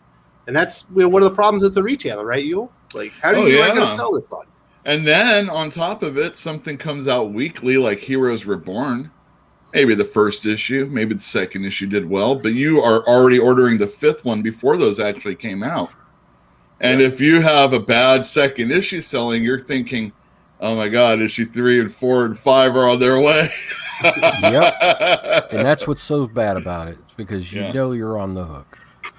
Yep. And that's probably part of what they're doing, right, Perch? They want you to be buying these books before you even know what the interest is. Yeah, sure. No, I mean, and it cuts both ways. I did a video on this that, people have said, oh, look at these huge stacks for issue 7, 8, 9. Retailers are buying. It doesn't work that way. Retailers get stuck with the first couple issues like Uel and Pele are talking about, because you buy into this event and then you get the orders and you rapidly reduce as fast as you can. That's why final order cutoff becomes so critical for a lot of these events. You're waiting to that last possible second to eke out as much time as you can. But that's where when you see these photos of these huge stacks on the shelves, it's usually this exact thing. It's either you had to buy a certain number of copies in order to get a variant cover, in which case the retailer kind of knew what they were getting into, or more likely it's, the event is here and issue 2 was a bust and the retailer's just praying that, they can get out as fast as they can. Heroes Reborn is not a happy thing for a lot of retailers because of the weekly aspect. You're pretty much into that whole series. Before there's certain things that you can kind of account for. I mean, issue 1 of a big series or a maxi series or event is going to sell well. Number 2 and 3 may have a first appearance of a character, because they usually like to drop them in an issue 2 or 3. So we I kind of in my order guide accounts for that. We'll kind of fluff that total up a little bit more, not quite as much as 1, but. And then by the time 4 or 5 comes around, it's in the shit. You're your order, yeah. You're ordering a third of what 1 and 2 were, and it's like, okay. And then it punches you in the mouth whenever hey, this actually is pretty decent. Uh-oh. Doesn't happen that often though. Yeah. No. Well, Lane Kramer's kind of got a point about the current X-Men with this super chat. I was reading Children of the Atom number 2, 2 panels of Storm talking to Captain America, telling him not to call her by her real name, made me drop the book. Is this what X-Men is? Doc and I had talked this on the channel, Perch. I know you're a huge X-Men fan. Didn't that feel weird? That was a weird. No, it was. I mean, it was tone deaf. This has nothing to do with Storm's personality or any of this. And she's been a member of the Avengers at one point during Bendis's run. I mean, this is. It was completely it had nothing to do with the characters. So then you get back to these are weird plant cult people. This isn't the real X-Men because they wouldn't. Either the writer's so incompetent, they're writing just this very goofy story, or this isn't the real X-Men. And I'd love to think they were thinking that far ahead and being that subtle, but no. And we also have a Sadiqua Flowers supporting the channel. Thank you so much. I'm a new comic reader. Well, thank you. I'm glad you're coming here, and we'll try and suggest the best comics that we can. I went to a shop yesterday, and there was an entire rack of current X-Men titles. Who can keep up with this? I can't keep up with it, and I got a channel. Yeah, I can't either, and I got a store. I don't even try. I mean, I got to read other stuff too, right, Pele? Yeah, I mean, go read House of X, Powers of 10, and come back here, and we'll let you know which offshooting titles from that are good. We'll tell you. We'll let you know when something good next happens after that. Yeah, because it hasn't yet. But I'll tell you what, those 2 series they intertwine with each other are awesome. They're well worth your read, just as they are. And there's some good that comes after that. It's just kind of here's the thing. Fantastic Four, X-Men. I'll be honest though, for a new comic reader, I don't know if that's necessarily the best. There's a lot of continuity there that might be a little.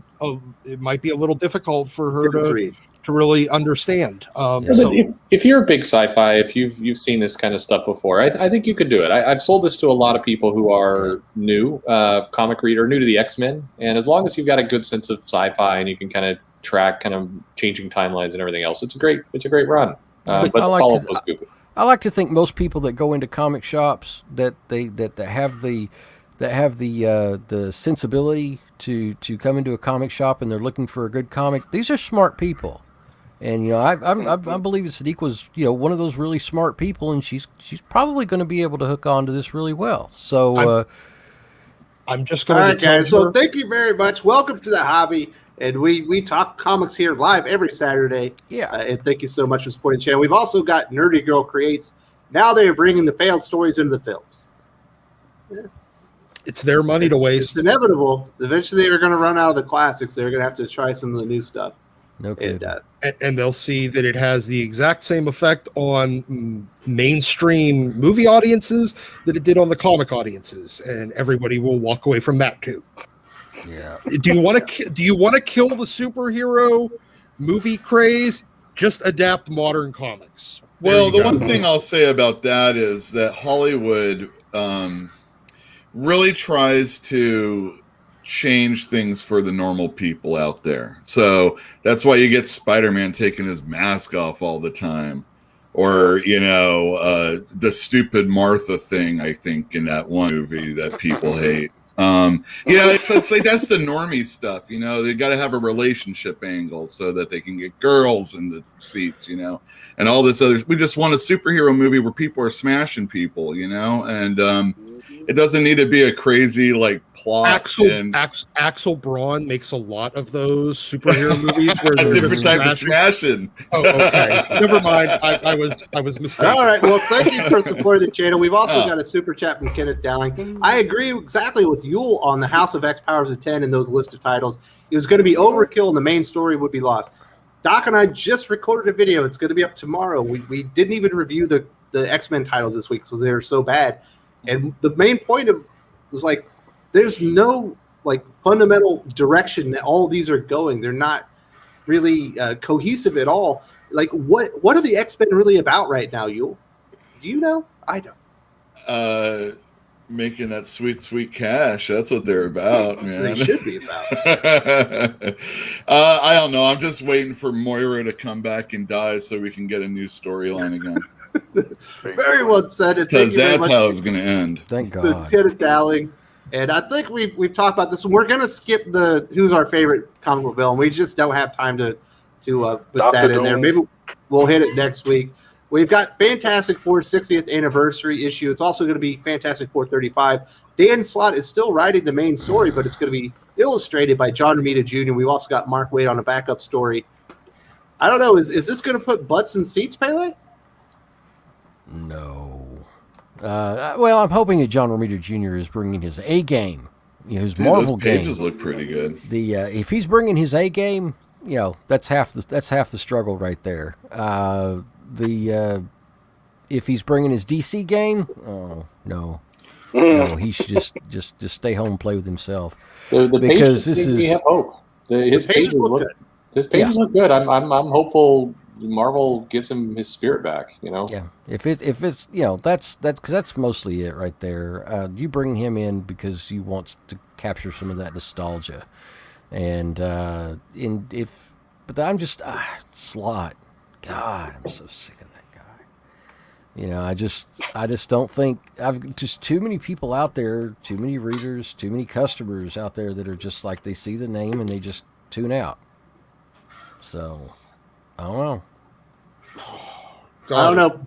Perch, what do you think about the way that they're doing their 60th anniversary stuff? We know when DC does it, you get a main story by whoever's writing it. That's a kind of continuation of whatever's happening. And you get 8 backup stories, and they're 8 to 10 pages. Marvel's doing a double-sized main story and then a couple of backups. I kind of like this way better. I like this way better for sure. I'm a traditionalist, so I tend to like this better. I think you give the story some breathing room, you make it special. I'm kind of curious to see what Wade's story will be like. Wade's written some good Fantastic Four in the past, so let's see what that looks like. That wouldn't be bad. 1 page at a time. Yeah, 2 pages. I'm not a fan of Dan Slott's Fantastic Four. I think I've seen some of the things he said about, who wants a functional family. I'm I don't know, probably people buying Fantastic Four, the family book would want that, but, what do I know? I feel like I hate this tease of like the biggest moment, just like the Giant Size X-Men.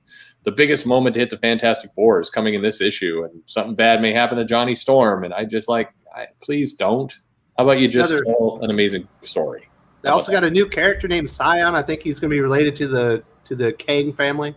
Yeah, Jesus, you can't. How do you screw up? It's hard to screw up Fantastic Four. Quit trying to find a way. Ask Dan Slott. He's very good at screwing things up. The Is only it a person bad better sign, is Yul? Jason Aaron. I don't agree with anybody gimmicks? here. No? I personally, not all of the Fantastic Four that Slott's done has been good, but for the most part, it's been okay. And It's been much better than Iron Man. And actually, the reveal in the last issue, I don't want to spoil anything, but there is something else going on in there, and it came out this week. I was like, holy cow, I can't believe I'm seeing this. And it's kind of probably going to be stupid in the end, but it's had good art. We're leading to that marriage, and John Romita Jr.'s art does look really good. So at least it'll be a good anniversary issue. I should be able to sell well. I'm hoping for a good issue. I really am. I love Gervais, you're pretty tight on the wallet right now. Are you willing to spruce a little bit for a Fantastic Four 60th anniversary comic? No. I bought the art, and I bought the RB Silver issues because I liked him, and I thought the story was okay. There was some funny moments with Johnny Storm and whoever this new woman is. Sky. But Sky, yeah. I enjoyed that and the play back and forth. But yeah, I'm more of an artist chaser, and it's like I don't read a lot of Slott, if at all.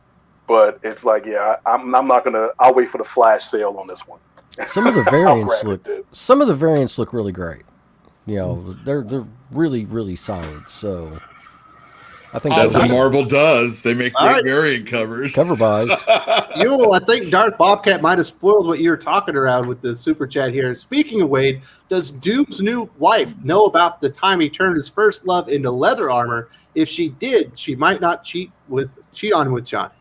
Is that what you're talking about? No, but that was another thing also that happened. Dude, Johnny's getting around. This is a really messed up issue because at the last part of the book, you find out something.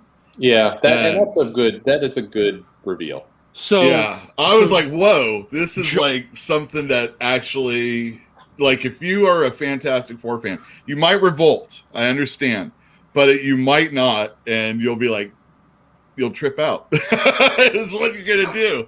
I think it was a nice earned twist. I did like that last moment. I did. Doom will turn Johnny into his new leather jock strap. Yeah. Ooh. There you go. Wear him as a codpiece. Perfect. Yep. Thank you very much to Darth Bobcat for supporting the channel. Do we need to talk about Fantastic Four 60th anniversary anymore? I hope it's good. All right, there we go. I have no faith in Dan. It's gonna be good. I guarantee it. How's that? Everybody get that issue. It's gonna be great. Right. So let's talk about Heroes Reborn, which still doesn't have a story for some reason. I don't know if you're reading this. There's not an actual story. No. Now you're seeing the point of view of Hyperion, and in this issue, I was a little bit amazed. I was thrown off there, Perch. We saw Hyperion basically murder Galactus by flying through his face, and he murdered Hulk using his laser eyes. Sure. Are they implying that if Superman came into the Marvel universe, he could just kill all their unkillable heroes? Yeah, that's absolutely. No, I mean, it's just shock moments. But yeah, that's. I don't know. It's funny because I don't know if they realize they're doing that, but that's what they're doing. So great. That's cool. I mean, it's it's basically all just it's a crutch. We want to set up that these guys are superpowered and they're immoral and they're unstoppable. And the story is that the Avengers are slowly getting assembled in the background, and then they'll have a big fight, and then we get World War She-Hulk, and then we all die. You know, we're putting a lot more thought into this than Marvel's editorial ever did. Yep. It writes itself, Doc. Come on, man. Like what we've done so far in this conversation, this like 35 seconds is more thought that they put into it themselves. Yeah, World War She-Hulk. I mean, come on. How many retread. There was an awesome page of him going through the Galactus face, though. That was pretty awesome. Cool. Hey, you know what? I really liked it when it was done by Apollo flying through the fake giant man's head in the Authority 20 years ago. Yeah, sure. But Dale Keown did this one. And didn't Thor fly through Goliath?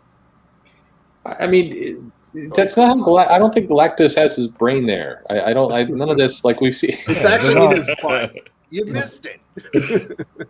Yeah, he's like a completely ethereal being. You know, it's like, you know, the head and the anatomy, stuff like that is just, you know, just there to be able to associate something. You know, it doesn't matter. You know, it's kind of unimportant. He's giving Hyperion confidence. It's like, you the man. That's right. You the man. It blew my brains out the back of my head. It's like, come on, man. It's like, this was done better when he did it to Namor, when he decapitated Namor in Squadron Supreme. That was more shocking and made more sense than this did. I was like, that actually made me come back for a couple more issues. So, yeah, it's, you know, I guess they're going someplace with this. I'm not sure where, though. Kenneth Dowling says it's Marvel's Man of Steel. You got a point. There you go.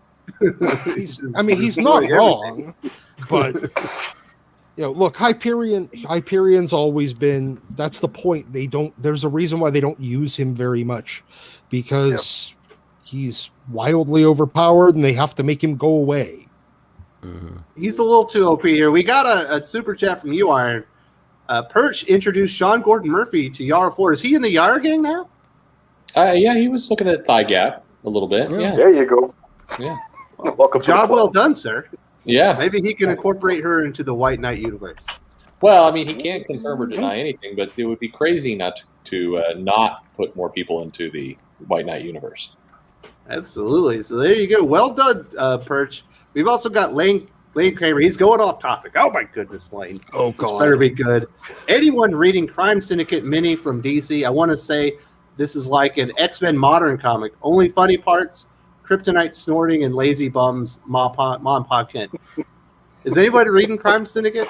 I feel like the best way. I am not reading this, but I want to see Superman, Ultraman snorting cocaine like kryptonite, like it's cocaine, and then Ma and Pa Kent being trailer trash. Yeah, Is that what's going on, Gervain? Oh, absolutely. It's complete subversion, and I love it. So it's like when I read Crime Syndicate, I go to Crime Syndicate just to see the most ridiculous versions of the Justice League. And with the exception of, I really don't like the character design of the Johnny Quick character. It's like, this has been a hilarious ride. Yeah, that bit with Ma and Pa Kent, that was interesting. That was like somebody's been watching a little bit too much of Ozarks on Netflix. But it was good. My favorite of them though is Wonder Woman. I love the Wonder Woman analog. Yep. Oh my God! So you're telling me I need to go back and read these? It's a good backstory. They're fun. Exactly. I'm not reading much of anything DC right now. DC has they're been fun. very disappointing. It's on the top third of their books. It's fun. It's a mini series, man. You don't have to spend too much time on it. Listen, Uel, I have to read a lot of comic books for this channel. It's hard to keep track of everything. I hear you. If I got to throw a miniseries in there, it better be good. There's a lot of miniseries. That's all there are. Yeah, there's a lot of miniseries going on right now. And thank you very much to Lane Craven for supporting the channel. Bringing up a good comic book. If you're not reading Crime Syndicate, it sounds like it's a hoot. This is on a good time. It is a hoot. All right, Perch, I got to ask you, are you reading Heroes Reborn? Yes. What's the story? No, it's just that. It's like the Squadron Supreme, the alternate timeline, Squadron Supreme became the dominant team, and they are, they suck because they are, immoral and bad, and they're being dicks. And meanwhile, Blade is the only one who kind of remembers things, and he's going around and slowly waking up the Avengers one by one, and then there'll be a fight, and then it'll be over. It's just scenes, though. It's not real cohesive. Did you think that was? I thought he was hanging out with Thor, until I realized, on the last page, it was Captain America. Yeah, I mean, well, Thor's he comes up later because he's an atheist now. So we're they got to get him out of that and everything else. I don't enjoy this, but it is what if. It's what if stretched. It's better than I anticipated, but it's still bad. Yeah, I hate that we have an event, and before the event began, we were announcing the next event, and there are 80 events, and fuck you guys, all of you. And why is Ed McGuinness on the backup story? because they didn't want to pay him for the main story. There, right there. I was about to answer it. You beat me to it. Yeah. Mhm. They're paying him for 2 issues, I believe, or 3. They're paying him for first issue, last issue, and then the Heroes Return one-shot that follows Heroes Reborn before we get to World War She-Hulk. All right, we got a big question here. I'm going to throw this one to Gevian. How can a demigod be an atheist? The same way atheists can be atheists. You just don't believe. I don't know. Believe in himself. Well, that's if he knows who he is. But but it's like, the demigod can be an atheist. He's just like, oh, Dad, come on, Odin. You know, it's just all really technically advanced science. We're not really gods. I mean, that's, I'll wait for him to explain it. I mean, just like Hyperion is supposed to be Marvel's Superman, apparently in this universe, Captain America is Marvel's Uncle Sam. That's literally what he is. The embodiment. It's like, and by the way, I did not pay for these books. By the way, I got all this information from Comics Explained. So I think leave the Rob Core for that one, because there's no way until there's a really good flash sale, I'll buy the first 2 issues of this garbage. So it's just like, this was done better by Busiek and Perez. But well, the first one's 6 and the second one's 5, I think. Was it? So that's something like that. It was like that's half my budget for the week. It's like, son. But it's like, it's just like, I don't know how a demigod could be an atheist. All you need to do is put him in like one of those like Tony Robbins seminars, and all of a sudden he's a god again. Yeah, we got a super chat from Kenneth Dally. He wants to bring. We didn't talk about our favorite villains, so he wants to talk about his. Sorry you don't have time to discuss this, but I want to go through some of my favorite comic villains: Magneto, Doctor Doom, Apocalypse, Ra's al Ghul, Bane, Court of Owl's Talons, just to name a few. Where is the Reverse Flash? I don't know. Uel, is that a good list of villains in there? Did Kenneth pass the test? It's a lot of Batman stuff. That's what it's a few Batman things. No, those are all X-Men. great. We got some X-Men, Fantastic Four. Yeah, Magneto. I mean, if you're going to go an X-Men villain, I totally would do that. I think I was just going to go one personally, and I'm not going to talk about it. I already put it in the chat. We gotta wait for it till next week. We'll do it next week. Yeah. How can I expand more on what you like? I mean, those are great. Yeah. Good choices all around, Kenneth. Thank you so much for supporting the channel and popping that in there. Really appreciate that. Do we have anything else to say about Hyperion being overpowered and just the suckitude that's emanating from Heroes Reborn? It's all right. I mean, I hope Jason Aaron just gets done with what did this. He wanted to write Squadron Supreme, so we're getting this. He wanted to write his World War She-Hulk, we're getting that. I mean, like, it's what does his bucket list look like? How long is this list? And then we're going to. Yes. I will just say that the only thing I can tell you without even reading it, I know it was only the second worst comic that came out this week. X-Corp was awful. X-Corp was the worst comic I've read. Children of the Atom was worse than Heroes Reborn by a lot, too. So it's not even the bottom 2. So let's move on. It's not the bottom 5, friends. Nah. Let's move on. This was mentioned by who was talking about Liefeld earlier? Somebody was talking about Liefeld. It was you. Yep. Uel, one of you retailers basically screwed over anybody that was excited for Mighty Crusaders. They released, I think, a store exclusive variant cover that had a big major spoiler on Rob Liefeld's story. And he said, fuck it, I'm out of here. I'm not doing Mighty Crusaders, even though it's supposed to come out in less than a month, I believe. Ooh. Why would you guys do this to Liefeld? Oh wow! I'm grouping all the retailers in one. Probably so that they could sell their overpriced comic that they got a special cover for. That's probably the reason why we did that. It's funny. Like, I've often thought, like, God, maybe get my store on the map, because I have a local store, or there's a store close to me, and they do all these things. Like, they had a Black Panther variant, and they do all sorts of Vault and Scout variants. And I think, I'm going to be the guy that's going to do it. And then I'm going to have 1 trillion comic books in my small ass room. And I just wanted to sell normal comics. So I talked myself out of it. But bravo to the people that do that and get Rob Liefeld off Mighty Crusaders, because that was going to be hot. I mean, That was going to sell some issues. Thank you for getting him out of there. Everybody loves superhero comics that aren't Marvel and DC. Everybody does. I mean, it's not a rare exception where a superhero comic that isn't Marvel or DC gets over. They all get, they're all great.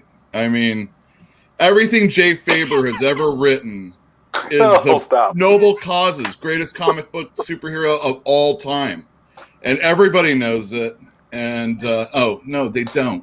If it's not Marvel and DC and it's superhero, what do I care? Archie, stop it.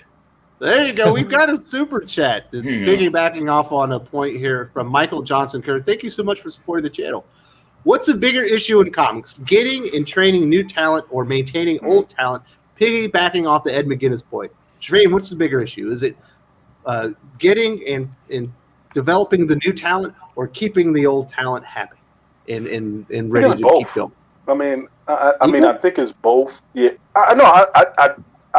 Okay, so like as someone who's looking for new talent right now, the thing is that the tension between that always is that first of all, are they good enough to carry a book and to get people interested? Because sometimes people don't have the same expectations of an artist from an independent book as they do if they're Marvel and DC. So if they're at least competent, they have a good style, something like that, you can get people to plug into it because they're kind of absorbing a new character and a new character brand franchise based on that. Then your real issue after that, because I've heard this from many other publishers I've talked to, is keeping Marvel DC away because you don't end up being like a farm camp for the big two in terms of new artists. But then when it comes to keeping maintaining the old talent, the simple fact of the matter is it's like either they don't want to pay them, because I agree. I was listening to Perch's video this morning where it's just like, yeah, you almost don't want new artists to get hot because it's like they'll never do a run again. They'll never do a 2-year,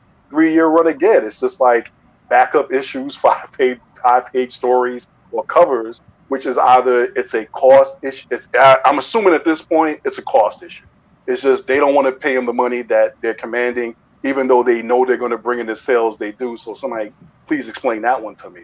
But I think it's both. So it's like you can't say to the old guys, "Oh, you're expendable. We can get anybody to come in here and replace you anytime," because a lot of us learned that lesson back in the 90s. I know you can't. And then the other part is one of these younger guys ready for prime time. Because there's some guys, they'll do really well with an independent comic book character, and then they'll jump to Marvel and DC, and it's like it just doesn't work because in some sense they become so identified with that original character that hit, or they just don't have a style that translates well to the big two and those kind of superheroes. So I think you're always struggling with both of those at the same time. That's just me. Yeah, it's not easy to go out there and find new talent, those diamonds in the rough. It just ain't. Feels like there's an issue right now, Perch, with developing and producing new talent to kind of replace the old guard. Well, it's like I said, I think there's this terror that is crazy because a lot of people involved weren't around during the early 90s, where it's like we don't want the artists to get too much control, so we're going to be very careful with the money and we're going to be very careful with the seeding.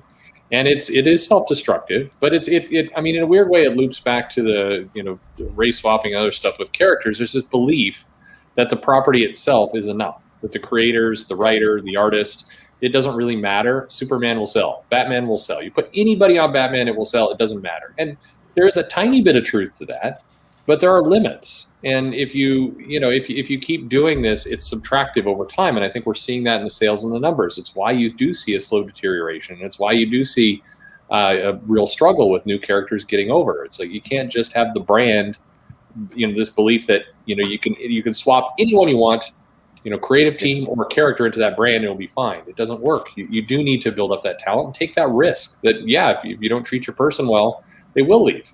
So DC, same thing happened with WWE. DC learned firsthand what happens when you do that, because look what Tom King did in just absolutely crushing Batman sales. It's absolutely unreal. They had to actually go through it, I guess, to believe it. Yeah, and that was literally Marvel's house ad campaign right after the Marvel guys left with the character counts. They literally were telling you, it doesn't matter these guys left. The reasons why you guys have been pre-ordering millions of copies of comics and the rest of you have been buying millions of copies, McFarlane, Liefeld, Jim Lee, those guys are a dime a dozen. That's literally what Marvel's marketing message was after the whole once Image broke off. And it just wasn't true. So it's like, yeah, there are people who are Spider-Man fans. There are people who are Superman fans, but they want good creative teams on the books. Period. So when you can find the fusion of the best possible creators on the best possible work or the best possible characters doing the best possible creatively storylines, that's when you start getting massive sales, because you're hitting all of the things that a customer wants. You're getting great writing. Customers want great writing. You want great story. They get great story. You get great art. You're getting great art. You're getting characters that they know in stories that matter. This isn't hard to figure out, but once they start subtracting from that, they're basically playing Jenga with their own brands, and they're trying to be able to pull pieces out of here and there and claim that they're building their building taller, but they're not. They're just weakening it. Yeah, and it's like we do need to say. Yeah. Go ahead, Wes. Sorry. Need to say thank you to Josh, aka SSJ Future Gohan 62093 for the $4.99 super chat. Jeff stopped by to say hello and drop some cash in the tip jar. Keep up the good fight, gentlemen, and thank you very much, Josh. Definitely appreciate that. Thanks, Josh, and supporting the channel. All right, Doc, what do you think about Liefeld taking his ball and going home? Was he overreacting just a tad? Yeah. I mean, he's definitely overreacting, but it's Rob. I mean, how could he leave a book that was supposed to be starting next month? Had he done anything? Yeah, he probably had already done it, but the problem is he was probably not super happy about his rate or anything like that. I don't think he was really emotionally very tied to the Young Crusaders or whoever the fuck this was. Mighty Crusaders. What if he's already got it all done? They'd publish it anyway. He might already have it done, and now he's just throwing a tantrum because he can. Doc has a point here. Smash that like button. Thank you so much for supporting the channel and the live stream that you are contributing to and letting people know. Smash the like button. Let everyone know that we had a great conversation here. I put my fucking money where my mouth is. Absolutely. And you murdered that guy. Wes, what's the baby update? It's not here yet. It'll be here the first week of June. The boy will be here. His name's going to be Eric. We're very excited. The plans are all in place. I'm working on getting all the content up. And I want to say this to the people that are here right now. If there's ever something you wanted Perch and myself or Doc and myself or Gevian and myself or you will and me to talk about it or any of the contributors, let me know because I've got like 18 videos that I have to have ready by the time the baby gets here and up and then loaded up, so you guys you'll have your content and I can go take care of the family. So if you have something you always want us to talk about, let me know and we'll get it taken care of. If I don't get it done before then, we'll get it done in time. So great question. You murdered that guy. We're very excited. Should happen very soon. We've also got Chuck Skills. Woo! That is a good handle. No Saturday is complete without Comics Aficionados. Happy Saturday, fellas. Happy Saturday to you, Chuck. That man has got skills. I love that name. That is a good one. It's almost as good as Albino Thunderbun. What is it? Albino Thunderbun is a Albino Thunderbunny. That's a legendary name. All right, Perch, I'll throw this one to you next, and we'll get to the last topic. Do you think Liefeld had actually written and illustrated this comic book if he's canceling it at this point? I mean, I have my doubts. I think he'd take the money, but maybe. I mean, Liefeld. I mean, much respect to Liefeld, but as we all know, Liefeld is definitely always ahead of schedule and has stuff put together. So yeah, I'll cry all these pages are done. Sorry, a little bit of sarcasm there. No way. Again, much respect to Liefeld, but I would doubt these pages were done personally. But Is he going to go work on something and not take the money for it? Yeah, I think if it was done and ready, he'd put it out regardless. He'd just be mad. Yeah. I mean, you could yell at people a different way. I think you do that, but you take the money. what are the chances Pele is the one that fucked this over for everybody? And he released the pages. We just don't know it. No. Why would I do that? Why would I do that? I don't know. I thought you liked Rob Liefeld. Why are you? I love Rob. I wouldn't do that. He's a curmudgeon, not a bastard. Okay. I don't. I'm an asshole, Pele. but I'm not a There you traitor. go. I don't see. I support you. I don't see Pele as a retailer exclusive incentive kind of shop. No. We No, tried that no. game, and it's like, no. It was Larry. God damn it! I bet it was Larry. Might have been I'll bet it Larry. was Larry. Yeah. It was the Comics It's League guys that absolutely really Larry. got us. Let's be honest. Yeah. Yeah, it was Larry. God damn you, Larry! No, wanted to read if that I can comic. support Pele in it, I'll support Larry in it. Good job. Get life off that book. Darth Bobcat with the super chat. In 6 months, Wes will have to relaunch Eric as the new #1 issue to get more baby-related super chats. Capullo is drawing the first 3 issues. Well, there you go. No, this is the I'd buy last that. baby. This is we can't run this one back. My wife has said I'm too old and she's getting there, so we don't want me to be in my 70s when the children are graduating high school. We're already well into my 60s when that's going to happen. So can't really do that one. So we will not be relaunching the baby. Thank you very much for the super chat. We also got Kenneth Dowling with the $20 super chat. Very generous. Really enjoyed today's discussion on the race swap topic. Among my favorite episodes of Thinking Critical, I feel great knowing I'm not alone on the subject. Doc Ock and Hobgoblin are my favorite Spidey villains. Take care, guys, in peace. Well, thank you very much. I'm glad you enjoyed the discussion. Thanks, And, Kenneth. Appreciate it, man. I think was that our finest hour? Gervain, did you level up my channel? Oh, for sure. I don't know. I think first of all, Started with Wes, I the think Jesus it was a bit. really. There you go. Well, that was. I'll leave that to Jesus. I'll give Jesus all the credit and glory on that one. But I think it was a great. I think it was a great topic. I think also it's a great lineup. I think the when you talk about all stars in terms of the Comic Aficionados, definitely these guys are guys I count on that thing. So I think it was just a great confluence of events. But I think it's a great topic because I think it gets to the heart of why we all love these heroes and why we all love this hobby and this business that we're a part of, because we like the characters, we like good stories, and I think there's a lot of us who are getting really tired of these other things that have nothing to do with why we show up in comic shops on a Wednesday and why we come to this channel on Saturday, basically get in the way of what it is that we enjoy and we like talking about. And I'm for one, I'm like, enough of this. But yep. We'll see.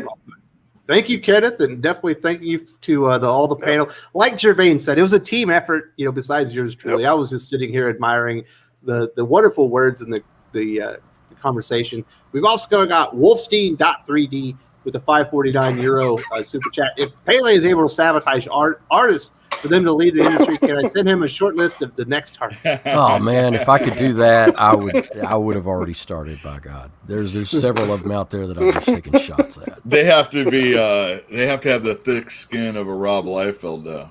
Yeah, thick skin. Yeah, alligator hide. Yeah, because if there's one thing that Rob's definitely known for, it's his thick skin. Yeah. And apparently blocking Eric Larson on Twitter. How about that? Oh damn! I know that was crazy. I mean, Hey, that's you not know what I what? expected. Hey, come on. We Image all called need to Eric. block Eric Larson on Twitter.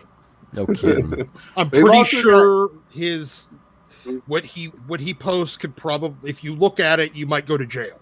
Yeah. I have a big Eric Larson story someday. I'll tell. Nice. That's I've it. heard some Boom. stuff That's behind a the tease. scenes. Yeah. Is the statute of limitations up? No, there's nothing. Shoot. Let's be fair. UI and also supported the channel. The chat wants World War New Warriors. We could hand that to Jason Aaron after he's done with World War She-Hulk, but he needs to get to World War, let's say, I-Boy There's first. a ton of them in chat right now. Oh, there it is.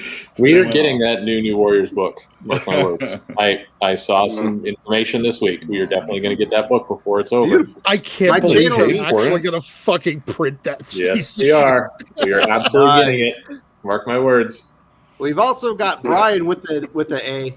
off topic, since the playoffs for the NBA and hockey are starting, who y'all think will win the NBA Finals or the Stanley Cup? If I'm going with the NBA Finals, it's going to be, oh my goodness, who's it going to be? It's going to be the LA Clippers. I think that's who's got it. The LA Lakers have a very tough road to haul. I don't think Utah's going to have it. I don't think Phoenix is going to have it either. It's going to be the LA Clippers. Doc, who's winning the NHL Stanley Cup?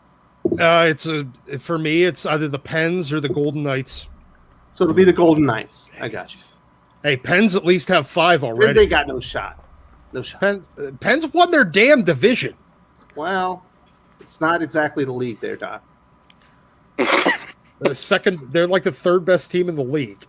All right. Anybody else got predictions on the NFL or the NBA or NHL playoffs? Avalanche. I think the Avalanche are going the distance this year. Avalanche. Yeah. I think the Golden Knights stop them in the West. There you go. Well, thank you, Brian, with the A, for supporting the channel.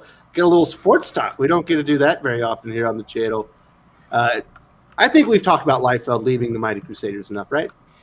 Yeah. Mhm. Yeah. We hit All right, so the strong points on we're seeing a lot of comic sales numbers come out. We are not seeing them from Diamond. We aren't seeing them from Lunar. We're mostly seeing them from the creators. And we've seen a lot of really eye-popping numbers, Perch. I can't even report the numbers anymore because I don't believe them. I've seen the actual numbers for certain titles, and they are not even within the upper and lower measurements that Comic-Con is putting out there. Mhm. How reliable are these numbers that we're getting? They're not at all. I mean, they're estimates. In many cases, what the numbers that you're getting are, they're taking what the Comics Pro system, which is in a small subset of comic shops, and they're doing a kind of Like math hundreds instead of thousands. Yeah, but they're doing an estimation of what's going on, but it's a very inaccurate one. I know I get numbers sometimes from the publisher, which are helpful. It's been useful. I would like to be able to share them. I'm not supposed to, but they're way off. They're absolutely not anywhere close to the same piece. And some of the numbers that were tossed around this last week are absolutely abysmal. No. I mean, ludicrous. Some of the numbers that were talked about are not accurate at all. Oh, you mean public? Yeah. Okay. The publisher. I can't say more. But well, yeah, who is out there touting numbers? I mean, the only thing I remember was like the Batman or something like that. Right? There's been a couple people touting some numbers that nobody knows where numbers came from. Mm-hmm. Yeah, they're trying to. I mean, if the numbers are correct, they'll be looking at record-shattering sales of characters' titles that have never done anything close. So it's like, the first thing I ask is how many covers came out. How many foil berserkers were there? yeah, there's not enough comic shops for the numbers that they're talking about. Uh-huh. So Wow. There you go. Some of them are pretty ridiculous. I don't know. What you're experiencing right now, does it feel like you were in is it a hot moment for comic books in Fantastic Comics? Is it normal? Is it cold spell? What's No, nothing's normal yet. I don't think. I was talking to my partner, and he said that anything that happens this year, we can't actually say, we can't look at next year. We can't predict, is what I'm saying. There's nothing. The last 2 years have been really screwed up, and I don't think going forward we can really depend on any one thing. Comic sales are okay. My Wednesdays, actually, this week was an upturn, and it wasn't even that great of stuff. So I did have people coming in the store more than normal. And excited just to get out. Yeah, I mean, things are opening up. I've noticed a lot more traffic on the freeway. That's the bummer. Yeah. That's a bummer, let me tell you. But yeah, there's a lot more people out and about, and people finding the store or finally coming into the store and that kind of stuff. What I'm finding is when people come in the store, they have that 3 months of comic books built up, but because not so much stuff is coming out, it's not like a crazy fat file like I have to get pissed at somebody, But no, this week was pretty good. We sold a lot of comics. There's a lot of Marvel and DC, and then I get all the other stuff, or I try and get a lot of the other stuff. So Yeah, I guess it's an upturn, but I don't know if I can totally rely on it, is what I'm saying. You know, I know, it's funny. Pele, you've been having really great sales, but it's mostly been in your back issues, correct? Well, that's the thing. New comics have improved in sales. Raw dollar amounts, like, you know, same time last year, up 12%, 13%. You know, since last month, you know, up. The problem is the percentage of new comic sales has dropped because back issues are so strong right now. The vintage market is so insane that raw dollar amounts, books that were selling for $300 are selling for $900 now. Books that were selling for $150 are topping $500-$600. You know, you've got brand new keys now that were worthless, you know, 6 months ago, that are now pushing $250, $300, $400. And it's like, I don't know what to do. I can't, you know, you can't keep up with the way the market moves right now. I mean, you can't even, you know, you can't even have a price guide. You've got to kind of almost go by your gut and what something's going to be worth. It's true. eBay just made it a lot harder. You can't just go into the Golden Age comic section anymore. Yeah, I mean, it's the only thing that you can do is look at recent auction, you know, totals, and shit, you know, I guess the best thing to do is, and what I've been doing recently, and that is, I look to see what I have to pay, look what I'm paying, mark it up what I feel comfortable marking up with, and then we sell it at that. And if I leave money on the table, so be it.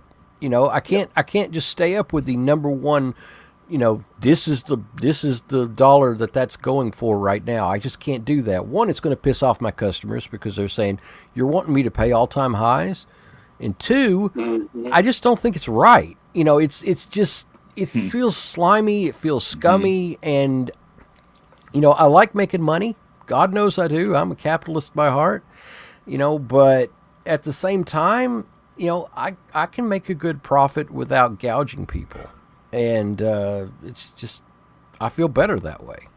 So I agree with you. You know, we got our website finally up, you know, selling back issues and stuff. And, you know, you put the price out there. And what I'm trying to do is put something that's, you know, going to make us some money, but not going to rip somebody off. But also understanding that depending on the condition, you know, a lot of people put like crazy prices on their sites. And oh, yeah. I'm like, man, it's like I want to. It's like you said, man, I want to make the money, but I don't want. Yeah, I'm trying to like provide a service to somebody and not just like rip everybody off. I'd rather sell a bunch of books rather than just one really expensive book. You know, yeah. Look at Ultimate Fallout 4, Miles Morales' first appearance. You know, in a 9.8, that's about a $2,500 book now. You know, at least pushing up to $3,000 right now. Sold one the other day for $1,900, and it was a really good profit, and I didn't feel bad about it. And the customer was almost mocking me. Oh, I got a good deal on that. You didn't see the recent auction. I'm like, yes, I did. I'm just not trying to be a butthole here. You know, I was actually offering you a good deal. Hey, I bought a couple of books off Uel a couple of weeks ago, and you know, I didn't rip you off, did I? No. Right. I was Doc kind of ripped you off. Sorry to break it to you. No, I don't think. I think we both probably came out pretty good in the end. Yeah. I was happy with my price. All right. Let's get to this super chat from Sadiq with Flowers. Recommendations for a filthy MCU casual turned comic reader like me. I want to read about the characters I've become invested in through the movies. Who wants to make a recommendation about Captain America? Pele, go. Brubaker. I would probably recommend, like we talked about before, Spider-Verse. If you want to get into MCU. I know. MCU. Well, it's No, really like MCU. Spider-Verse. No. Captain America, the Winter Soldier Winter by Ed Soldier. Brubaker. Steve Epting will get you that entire Captain America Winter Soldier story, and it's phenomenal. All right, who wants to do an Iron Man recommendation? I got one right here. You need to get the collection that has issue 150 in it because it has Doctor Doom as a villain and they go back to Camelot times. That's my favorite Iron Man story. So there you go. That's not really in the MCU, though. Well, it's the character. Does it have to be an MCU related story? She wants to see your characters from the She's MCU. a fan of the MCU, but she wants to read a character. Well, make sure you get Iron Man 150. Well, it's a great issue. Everybody knows it. Everybody out here knows this, right? 150, right, guys? Who's got a recommendation for Hulk? That's a good issue. Yeah, huh? Hulk, classic, Kirby. Immortal Hulk. Immortal Hulk is fantastic. All right, Doc, You know what? making noises over there. You're not stepping up. With Hulk, I would go with the Bruce Jones Return of the Monster run, where he's kind of on the run from a bunch of, some like shadowy government agency, and it was like the whole Mr. Green, Mr. Blue thing that they established. They started using it a little bit in the first in the Ed Norton Hulk movie, but it was a good, solid story. It was basically Bruce being on the run, trying to escape an agency trying to capture the Hulk, to try to use him for their own advantage. So I definitely go with that. Who's the creators? What's the issue? It was Bruce Jones and John Romita Jr. Yeah. It's collected in the Return of the Monster trade, but it starts at Hulk, I think 34.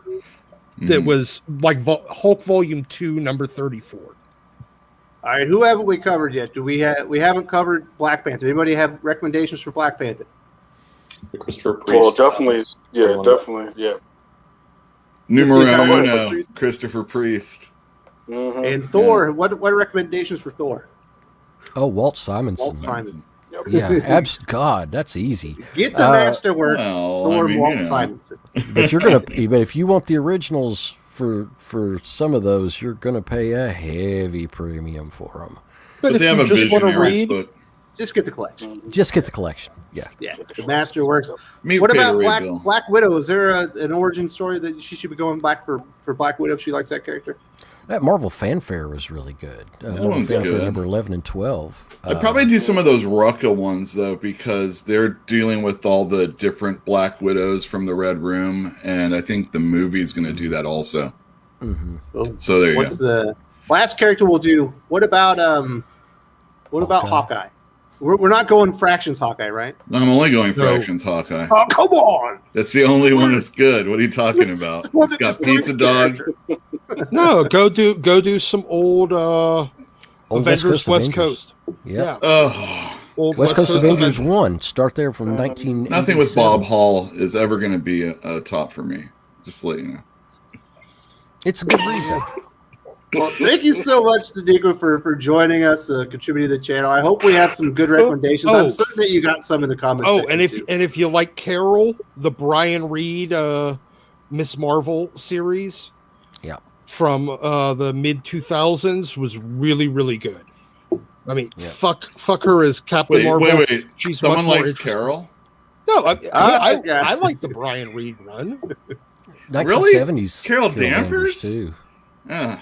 The first Miss Marvel. All right, we got to start wrapping this up. We've talked about everything. We didn't get into the villains. I'm sorry. We'll get it another time.